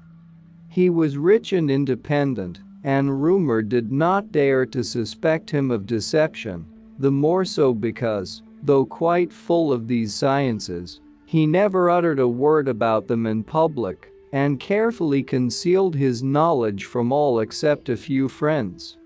He was an independent tacker from Rajasthan, a province the name of which means the land of kings. Tackers are, almost without exception, descended from the Surya, sun, and are accordingly called Suryavansa. They are prouder than any other nation in the world. They have a proverb, the dirt of the earth cannot stick to the rays of the sun. They do not despise any sect, except the Brahmins, and honor only the bards who sing their military achievements. Of the latter Colonel Todd writes somewhat as follows: the magnificence and luxury of the Rajput courts in the early periods of history were truly wonderful, even when due allowance is made for the poetical license of the bards. From the earliest times northern India was a wealthy country, and it was precisely here that was situated the richest satrapy of Darius. At all events, this country abounded in those most striking events which furnish history with her richest materials. In Rajasthan every small kingdom had its Thermopylae, and every little town has produced its Leonidas. But the veil of the centuries hides from posterity events that the pen of the historian might have bequeathed to the everlasting admiration of the nations. Somnath might have appeared as a rival of Delphi. The treasures of Hind might outweigh the riches of the king of Lydia, while compared with the army of the brothers Pandu, that of Xerxes would seem an inconsiderable handful of men, worthy only to rank in the second place. In nearly every instance the passages quoted from various authorities have been retranslated from the Russian. As the time and labor needful for verification would be too great, the sense only of these passages is given here. They do not pretend to be textual. Translator England did not disarm the Rajputs, as she did the rest of the Indian nations, so Gulab Singh came accompanied by vassals and shield-bearers. Possessing an inexhaustible knowledge of legends, and being evidently well acquainted with the antiquities of his country, Gulab Singh proved to be the most interesting of our companions. "There, against the blue sky," said Gulab Lal Singh, "you behold the majestic Baumalan. That deserted spot was once the abode of a holy hermit, now it is visited yearly by crowds of pilgrims. According to popular belief, the most wonderful things happen there, miracles. At the top of the mountain, 2,000 feet above the level of the sea, is the platform of a fortress. Behind it rises another rock 270 feet in height, and at the very summit of this peak, are to be found the ruins of a still more ancient fortress, which for 75 years served as a shelter for this hermit. Whence he obtained his food will forever remain a mystery. Some think he ate the roots of wild plants, but upon this barren rock there is no vegetation. The only mode of ascent of this perpendicular mountain consists of a rope and holes, just big enough to receive the toes of a man, cut out of the living rock. One would think such a pathway accessible only to acrobats and monkeys. Surely fanaticism must provide wings for the Hindus, for no accident has ever happened to any of them. Unfortunately, about 40 years ago, a party of Englishmen conceived the unhappy thought of exploring the ruins, but a strong gust of wind arose and carried them over the precipice. After this, General Dickinson gave orders for the destruction of all means of communication with the upper fortress, and the lower one, once the cause of so many losses and so much bloodshed, is now entirely deserted and serves only as a shelter for eagles and tigers. Listening to these tales of olden times, I could not help comparing the past with the present. What a difference! Kali Yug, cry old Hindus with grim despair. Who can strive against the age of darkness? This fatalism, the certainty that nothing good can be expected now, the conviction that even the powerful god Shiva himself can neither appear nor help them, are all deeply rooted in the minds of the old generation. As for the younger men, they receive their education in high schools and universities, learn by heart Herbert Spencer, John Stuart Mill, Darwin and the German philosophers, and entirely lose all respect, not only for their own religion, but for every other in the world. The young educated Hindus are materialists almost without exception, and often achieve the last limits of atheism. They seldom hope to attain to anything better than a situation as chief mate of the junior clerk, as we say in Russia, and either become sycophants, disgusting flatterers of their present lords, or, which is still worse, or at any rate sillier, begin to edit a newspaper full of cheap liberalism, which gradually develops into a revolutionary organ. But all this is only en passant. Compared with the mysterious and grandiose past but the most insignificant of these fragments will forever remain a treasure for the archaeologist and the artist, and, in the course of time, may even afford a clue to the philosopher and the psychologist. Ancient Hindus built like giants and finished their work like goldsmiths, says Archbishop Heber, describing his travel in India. In his description of the Taj Mahal of Agra, that veritable eighth wonder of the world, he calls it a poem in marble. He might have added that it is difficult to find in India a ruin, in the least state of preservation, that cannot speak, more eloquently than whole volumes, of the past of India, her religious aspirations, her beliefs and hopes. There is not a country of antiquity, not even excluding the Egypt of the pharaohs, where the development of the subjective ideal into its demonstration by an objective symbol has been expressed more graphically, more skillfully, and artistically than in India. The whole pantheism of the Vedanta is contained in the symbol of the bisexual deity Ardhanari. It is surrounded by the double triangle, known in India under the name of the sign of Vishnu. By his side lie a lion, a bull, and an eagle. In his hands there rests a full moon, which is reflected in the waters at his feet. The Vedanta has taught for thousands of years what some of the German philosophers began to preach at the end of last century, and the beginning of this one, namely, that everything objective in the world, as well as the world itself, is no more than an illusion, a maya, a phantom created by our the phenomenal world, as well as the subjectivity of our conception concerning our egos, are nothing but, as it were, a mirage. The true sage will never submit to the temptations of illusion.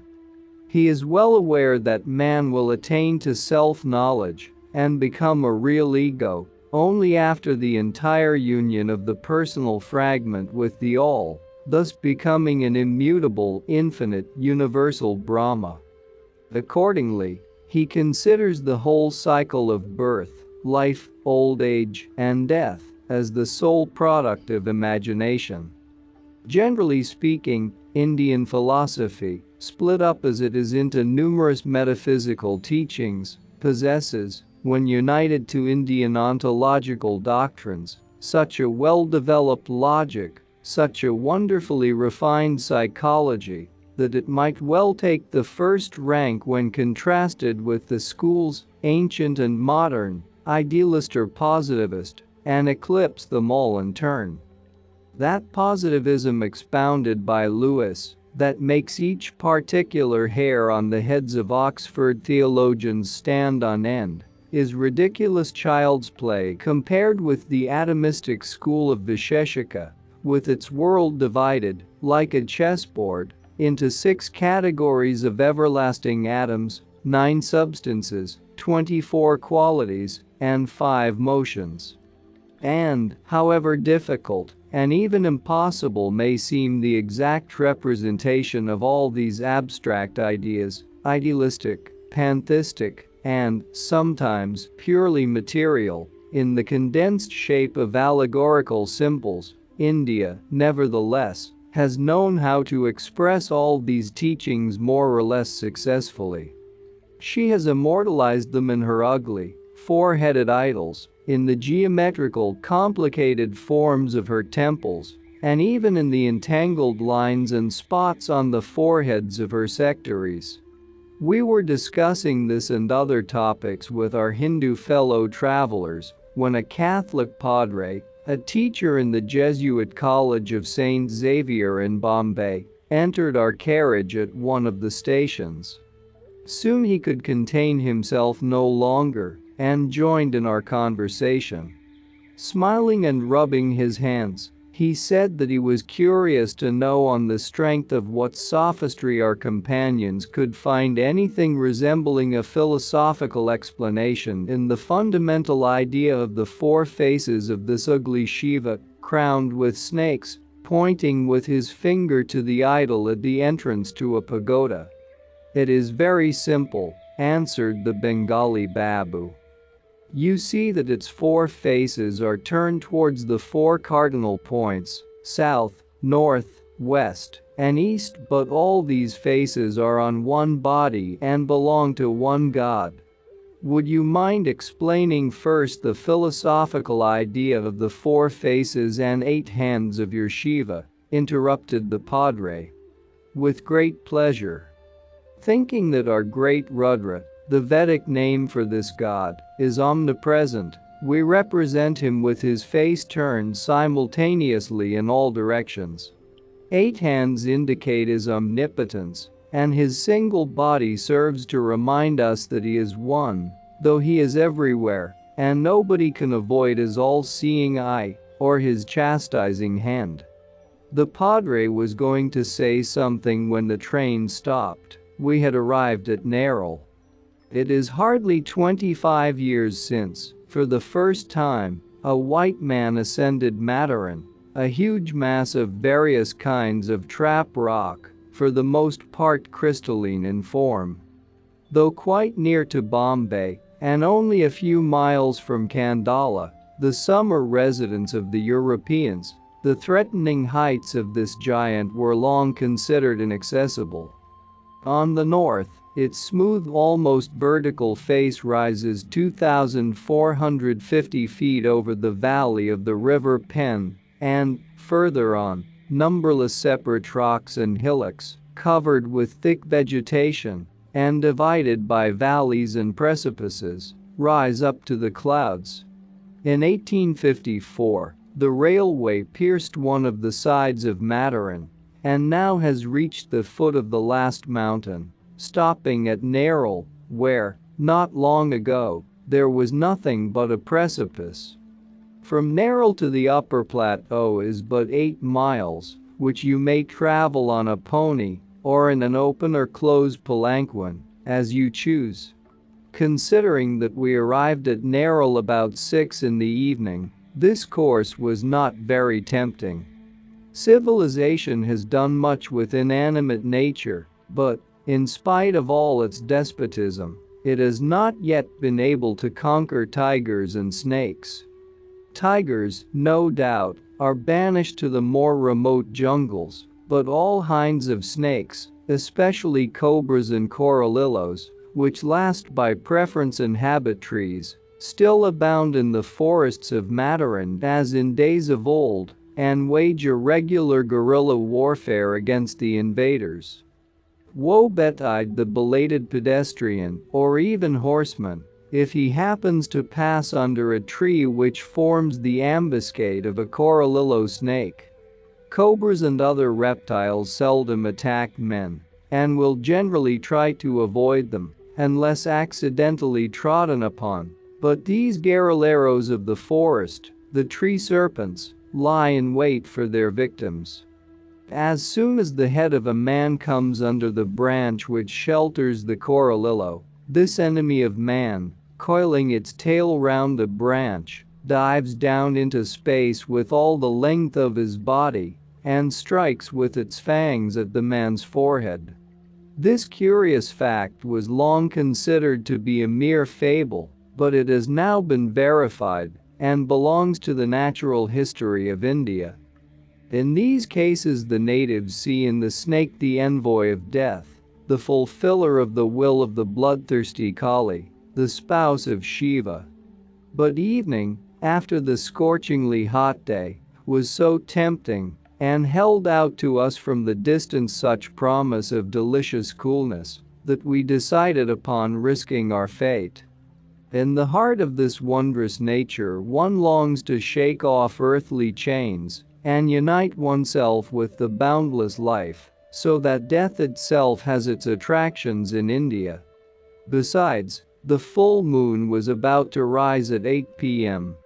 3 hours ascent of the mountain, on such a moonlit tropical night as would tax the descriptive powers of the greatest artists, was worth any sacrifice.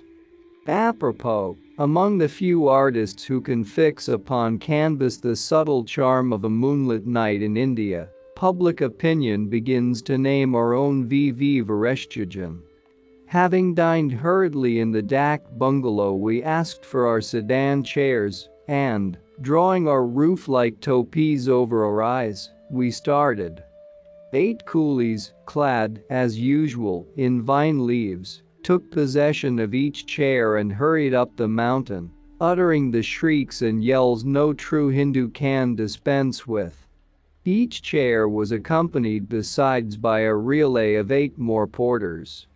So we were 64, without counting the Hindus and their servants, an army, sufficient to frighten any stray leopard or jungle tiger, in fact any animal, except our fearless cousins on the side of our great-grandfather Hanuman. As soon as we turned into a thicket at the foot of the mountain, several dozens of these kinsmen joined our procession. Thanks to the achievements of Rama's ally, monkeys are sacred in India.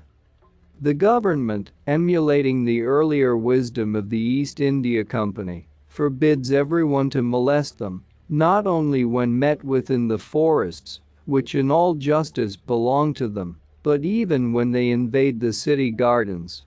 Leaping from one branch to another, chattering like magpies, and making the most formidable grimaces, they followed us all the way, like so many midnight spooks. Sometimes they hung on the trees in full moonlight, like forest nymphs of Russian mythology. Sometimes they preceded us, awaiting our arrival at the turns of the road, as if showing us the way. They never left us. One monkey babe alighted on my knees. In a moment the authoress of his being, jumping without any ceremony over the coolie's shoulders, came to his rescue, picked him up, and, after making the most ungodly grimace at me, ran away with him. "Bandras, monkeys, bring luck with their presence," remarked one of the Hindus, as if to console me for the loss of my crumpled topi. "Besides," he added, "seeing them here we may be sure that there is not a single tiger for 10 miles round." Higher and higher we ascended by the steep winding path, and the forest grew perceptibly thicker, darker, and more impenetrable. Some of the thickets were as dark as graves. Passing under 100-year-old banyans, it was impossible to distinguish one's own finger at the distance of 2 inches. It seemed to me that in certain places it would not be possible to advance without feeling our way, but our coolies never made a false step, but hastened onwards. Not one of us uttered a word. It was as if we had agreed to be silent at these moments. We felt as though wrapped in the heavy veil of darkness, and no sound was heard but the short, irregular breathing of the porters and the cadence of their quick, nervous footsteps upon the stony soil of the path. One felt sick at heart and ashamed of belonging to that human race, one part of which makes of the other mere beasts of burden. These poor wretches are paid for their work 4 annas a day all the year round. 4 annas for going 8 miles upwards and 8 miles downwards, not less than twice a day, altogether 32 miles up and down a mountain 1,500 feet high, carrying a burden of 200 weight. However, India is a country where everything is adjusted to never-changing customs, and 4 annas a day is the pay for unskilled labor of any kind. Gradually open spaces and glades became more frequent, and the light grew as intense as by day. Millions of grasshoppers were shrilling in the forest, filling the air with a metallic throbbing, and flocks of frightened parrots rushed from tree to tree. Sometimes the thundering, prolonged roars of tigers rose from the bottom of the precipices thickly covered with all kinds of vegetation. Shikaras assure us that, on a quiet night, the roaring of these beasts can be heard for many miles around. The panorama, lit up, as if by Bengal fires, changed at every turn.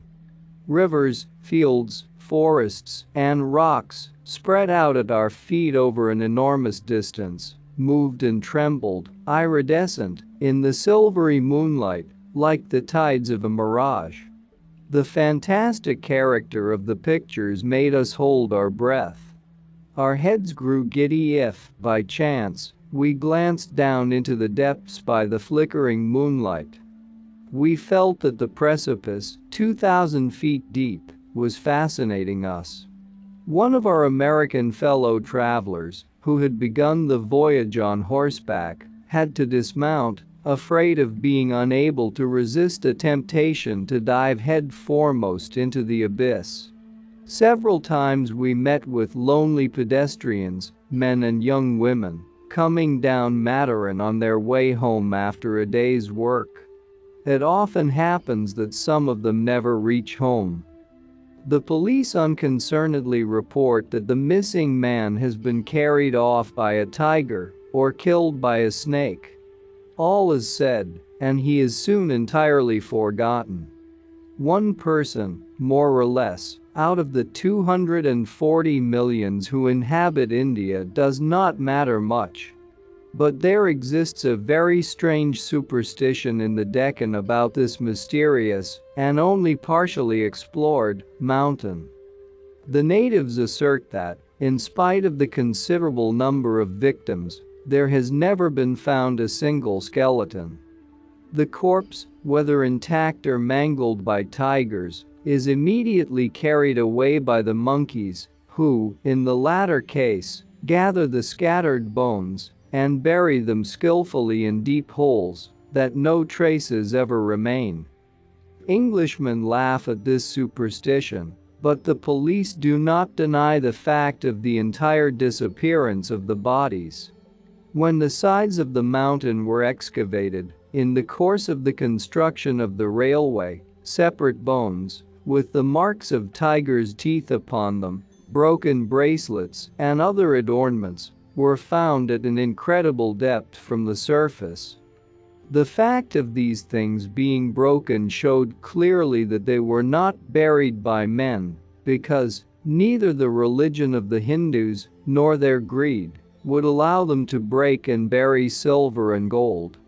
Is it possible, then, that, as amongst men one hand washes the other, so in the animal kingdom, one species conceals the crimes of another?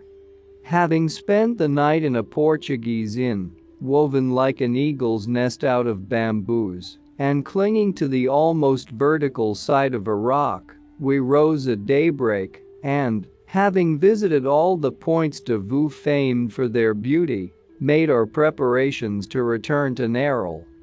By daylight the panorama was still more splendid than by night. Volumes would not suffice to describe it.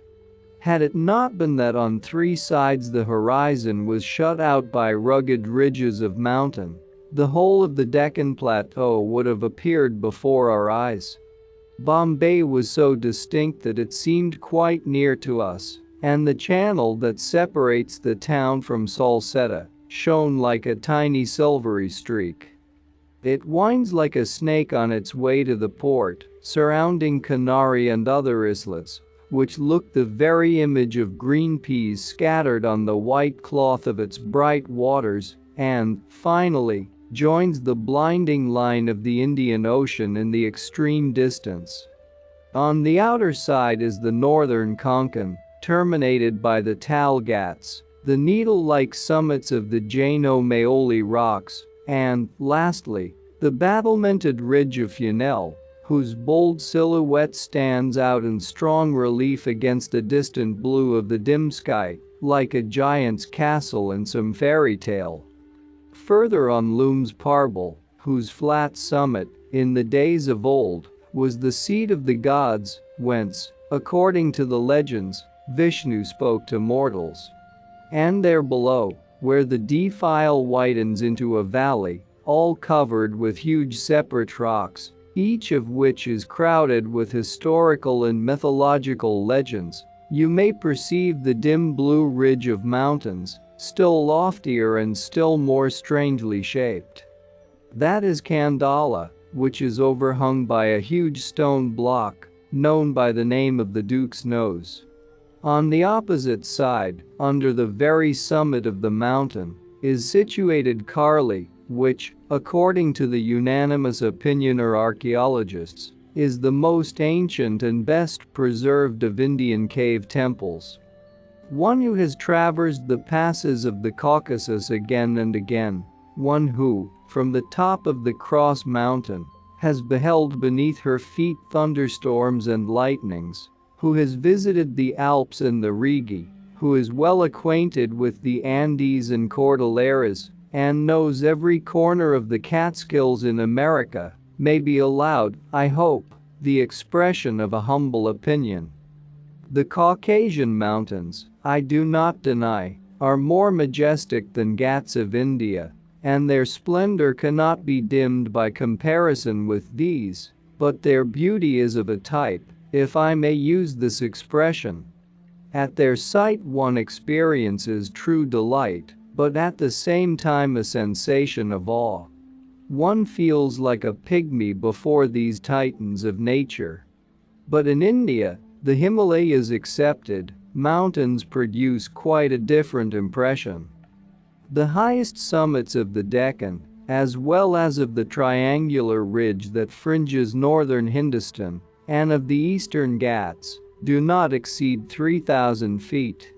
Only in the Ghats of the Malabar coast, from Cape Comorin to the river Surat, are there heights of 7,000 feet above the surface of the sea. So that no comparison can be drawn between these and the hoary-headed patriarch Elbrus or Kazbek, which exceeds 18,000 feet. The chief and original charm of Indian mountains wonderfully consists in their capricious shapes. Sometimes these mountains, or rather, separate volcanic peaks standing in a row, form chains, but it is more common to find them scattered, to the great perplexity of geologists, without visible cause, in places where the formation seems quite unsuitable. Spacious valleys, surrounded by high walls of rock, over the very ridge of which passes the railway, are common. Look below, and it will seem to you that you are gazing upon the studio of some whimsical Titanic sculptor, filled with half-finished groups, statues, and monuments. Here is a dreamland bird, seated upon the head of a monster 600 feet high, spreading its wings and widely gaping its dragon's mouth. By its side, all this scattered and intermixed with shapes changing incessantly like the dreams of delirium. And the chief attraction is that nothing here is the result of art, everything is the pure sport of nature, which, however, has occasionally been turned to account by ancient builders. The art of man in India is to be sought in the interior of the earth, not on its surface. Ancient Hindus seldom built their temples otherwise than in the bosom of the earth, as though they were ashamed of their efforts or did not dare to rival the sculpture of nature. Having chosen, for instance, a pyramidal rock or a cupola-shaped hillock like Elephanta or Karli, they scraped a way inside, according to the Puranas, for centuries, planning on so grand a style that no modern architecture has been able to conceive anything to equal it. Fables about the Cyclops seem truer in India than in Egypt. The marvelous railroad from Nerul to Kandala reminds one of a similar line from Genoa up the Apennines. One may be said to travel in the air, not on land. The railway traverses a region 1,400 feet above Konkan, and, in some places, while one rail is laid on the sharp edge of the rock, the other is supported on vaults and arches. The Mali-Kindi viaduct is 163 feet high. For 2 hours we hastened on between sky and earth, with abysses on both sides thickly covered with mango trees and bananas. Truly English engineers are wonderful builders. The pass of Borgat is safely accomplished, and we are in Kandala. Our bungalow here is built on the very edge of a ravine, which nature herself has carefully concealed under a cover of the most luxuriant vegetation. Everything is in blossom, and, in this unfathomed recess, a botanist might find sufficient material to occupy him for a lifetime. Palms have disappeared, for the most part they grow only near the sea. Here they are replaced by bananas, mango trees, pipals, Ficus religiosa, fig trees, and thousands of other trees and shrubs, unknown to such outsiders as ourselves. The Indian flora is too often slandered and misrepresented as being full of beautiful, but scentless, flowers. At some seasons this may be true enough, but, as long as jasmines, the various balsams, white tuberoses, and golden champa, champaka or frangipani, are in blossom, this statement is far from being true. The aroma of champa alone is so powerful as to make one almost giddy. For size, it is the king of flowering trees, and hundreds of them were in full bloom, just at this time of year, on Mataran and Kandala. We sat on the veranda, talking and enjoying the surrounding views, until well nigh midnight. Everything slept around us. Kandala is nothing but a big village, situated on the flat top of one of the mountains of the Sahyadra range, about 2,200 feet above the sea level. It is surrounded by isolated peaks, as strange in shape as any we have seen. One of them, straight before us, on the opposite side of the abyss, looked exactly like a long, one-storied building, with a flat roof and a battlemented parapet. The Hindus assert that, somewhere about this hillock, there exists a secret entrance, leading into vast interior halls, in fact to a whole subterranean palace, and that there still exist people who possess the secret of this abode. A holy hermit, yogi, and magus, who had inhabited these caves for many centuries, imparted this secret to Shivaji, the celebrated leader of the Maratha armies. Like Tannhauser in Wagner's opera, the unconquerable Shivaji spent 7 years of his youth in this mysterious abode, and therein acquired his extraordinary strength and valor. Shivaji is a kind of Indian Iliya Muromets, though his epoch is much nearer to our times. He was the hero and the king of the Marathas in the 17th century, and the founder of their short-lived empire. It is to him that India owes the weakening, if not the entire destruction, of the Mussulman yoke. No taller than an ordinary woman, and with the hand of a child, he was, nevertheless, possessed of wonderful strength, which, of course, his compatriots ascribed to sorcery. His sword is still preserved in a museum, and one cannot help wondering at its size and weight, and at the hilt, through which only a 10-year-old child could put his hand. The basis of this hero's fame is the fact that he, the son of a poor officer in the service of a Mughal emperor, like another David, slew the Mussulman Goliath, the formidable Afzal Khan. It was not, however, with a sling that he killed him. He used in this combat the formidable Marathi weapon, Vagnik, consisting of 5 long steel nails, as sharp as needles, and very strong. This weapon is worn on the fingers, and wrestlers use it to tear each other's flesh like wild animals. The Deccan is full of legends about Shivaji, and even the English historians mention him with respect. Just as in the fable respecting Charles V, one of the local Indian traditions asserts that Shivaji is not dead, but lives secreted in one of the Sahyadra caves. When the fateful hour strikes, and according to the calculations of the astrologers the time is not far off, he will reappear and will bring freedom to his beloved country. The learned and artful Brahmins, those Jesuits of India, profit by the profound superstition of the masses to extort wealth from them, sometimes to the last cow, the only food giver of a large family. In the following passage I give a curious example of this. At the end of July 1879, this mysterious document appeared in Bombay. I translate literally from the Marathi, the original having been translated into all the dialects of India, of which there are 273. Shri. An untranslatable greeting.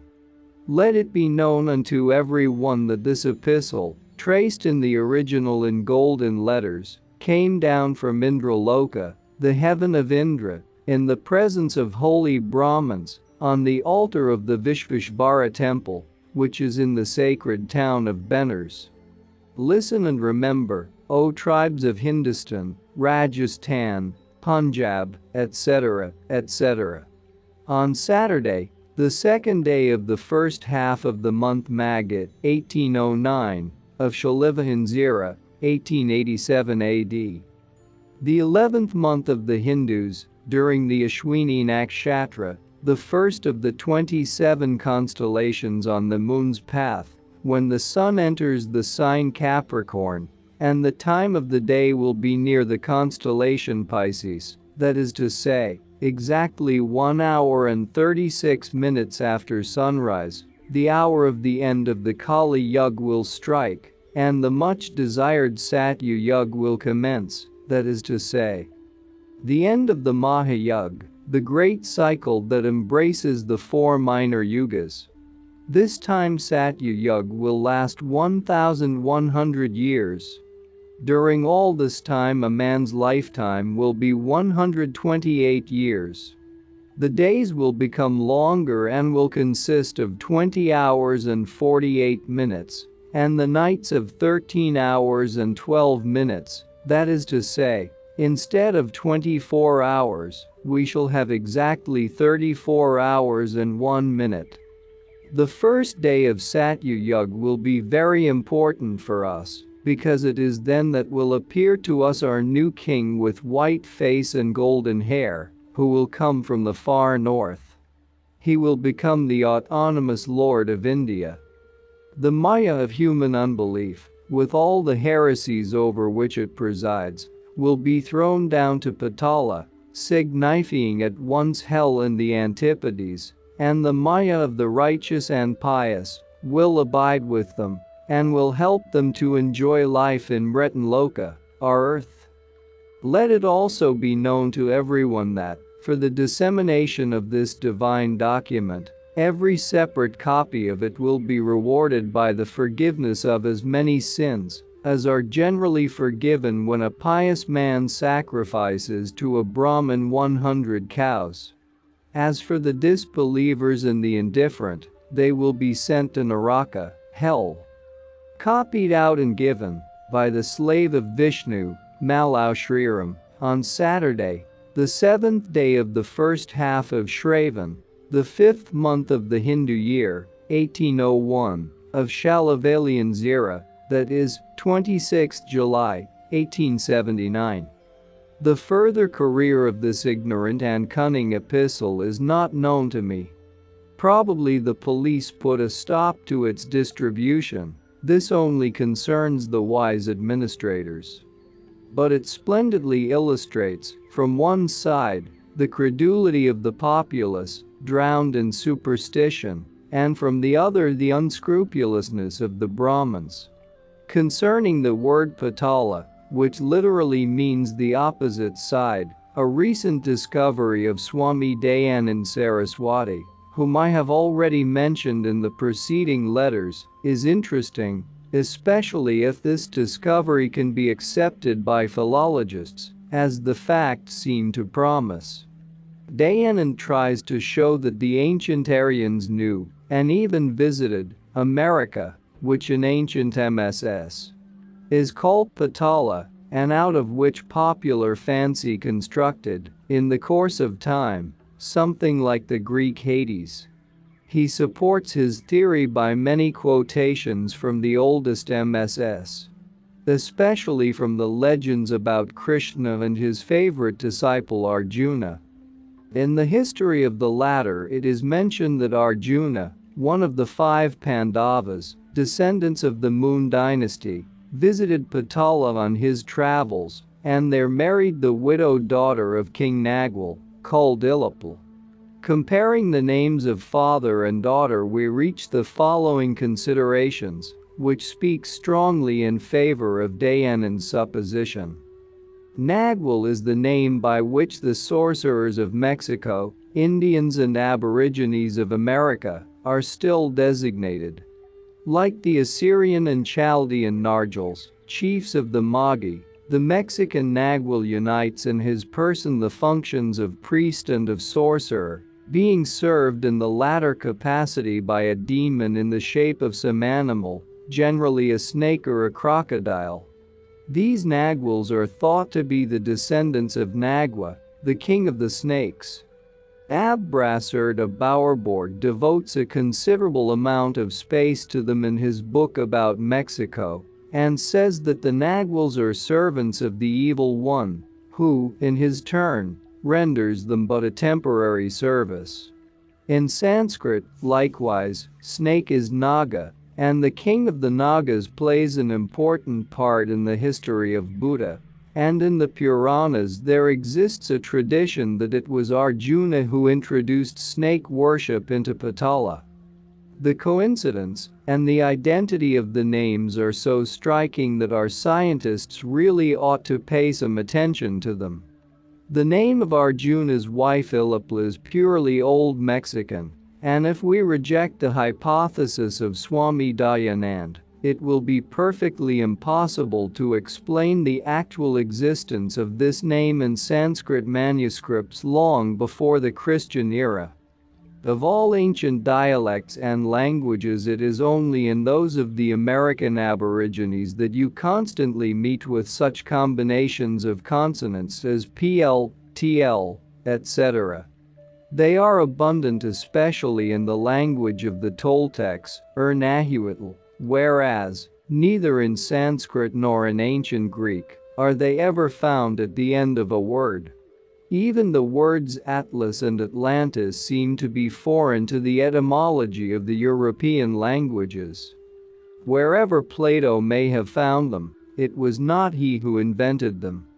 In the Toltec language we find the root Atl, which means water and war, and directly after America was discovered, Columbus found a town called Atlan at the entrance of the Bay of Uraga. To attempt to explain such coincidences by the theory of blind chance would be too much. Consequently, as long as science does not seek to deny Dayanand's hypothesis, which, as yet, it is unable to do, we think it reasonable to adopt it, be it only in order to follow out the axiom one hypothesis is equal to another.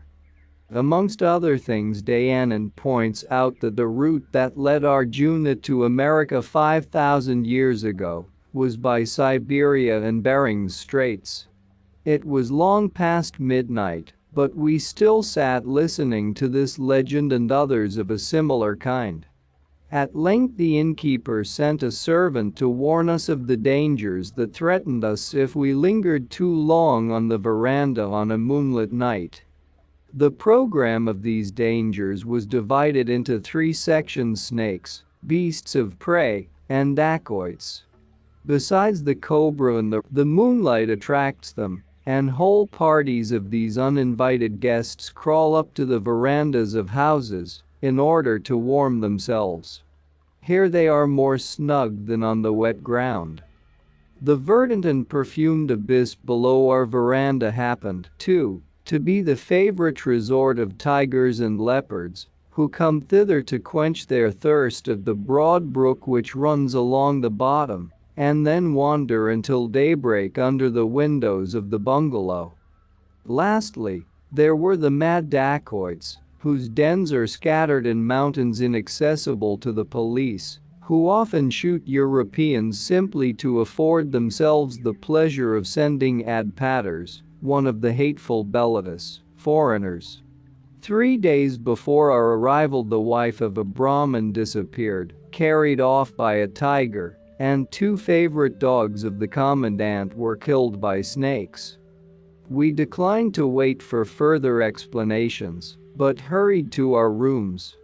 At daybreak we were to start for Karli, 6 miles from this place. And that's not all. Our experts and regular viewers respond to all comments. Also check if you forgot to subscribe and set your bell to receive notifications about new audiobooks and other useful self-development materials that we release regularly. Join in the discussions, don't forget to give likes and, if possible and inspired, support the development of the channel financially. All useful links will be in the description and the first attached comment. Goodness, love and wisdom to all. And now move on to watch the next part of the video at the links below, or choose something from the playlists of the channel and those you see on the screen.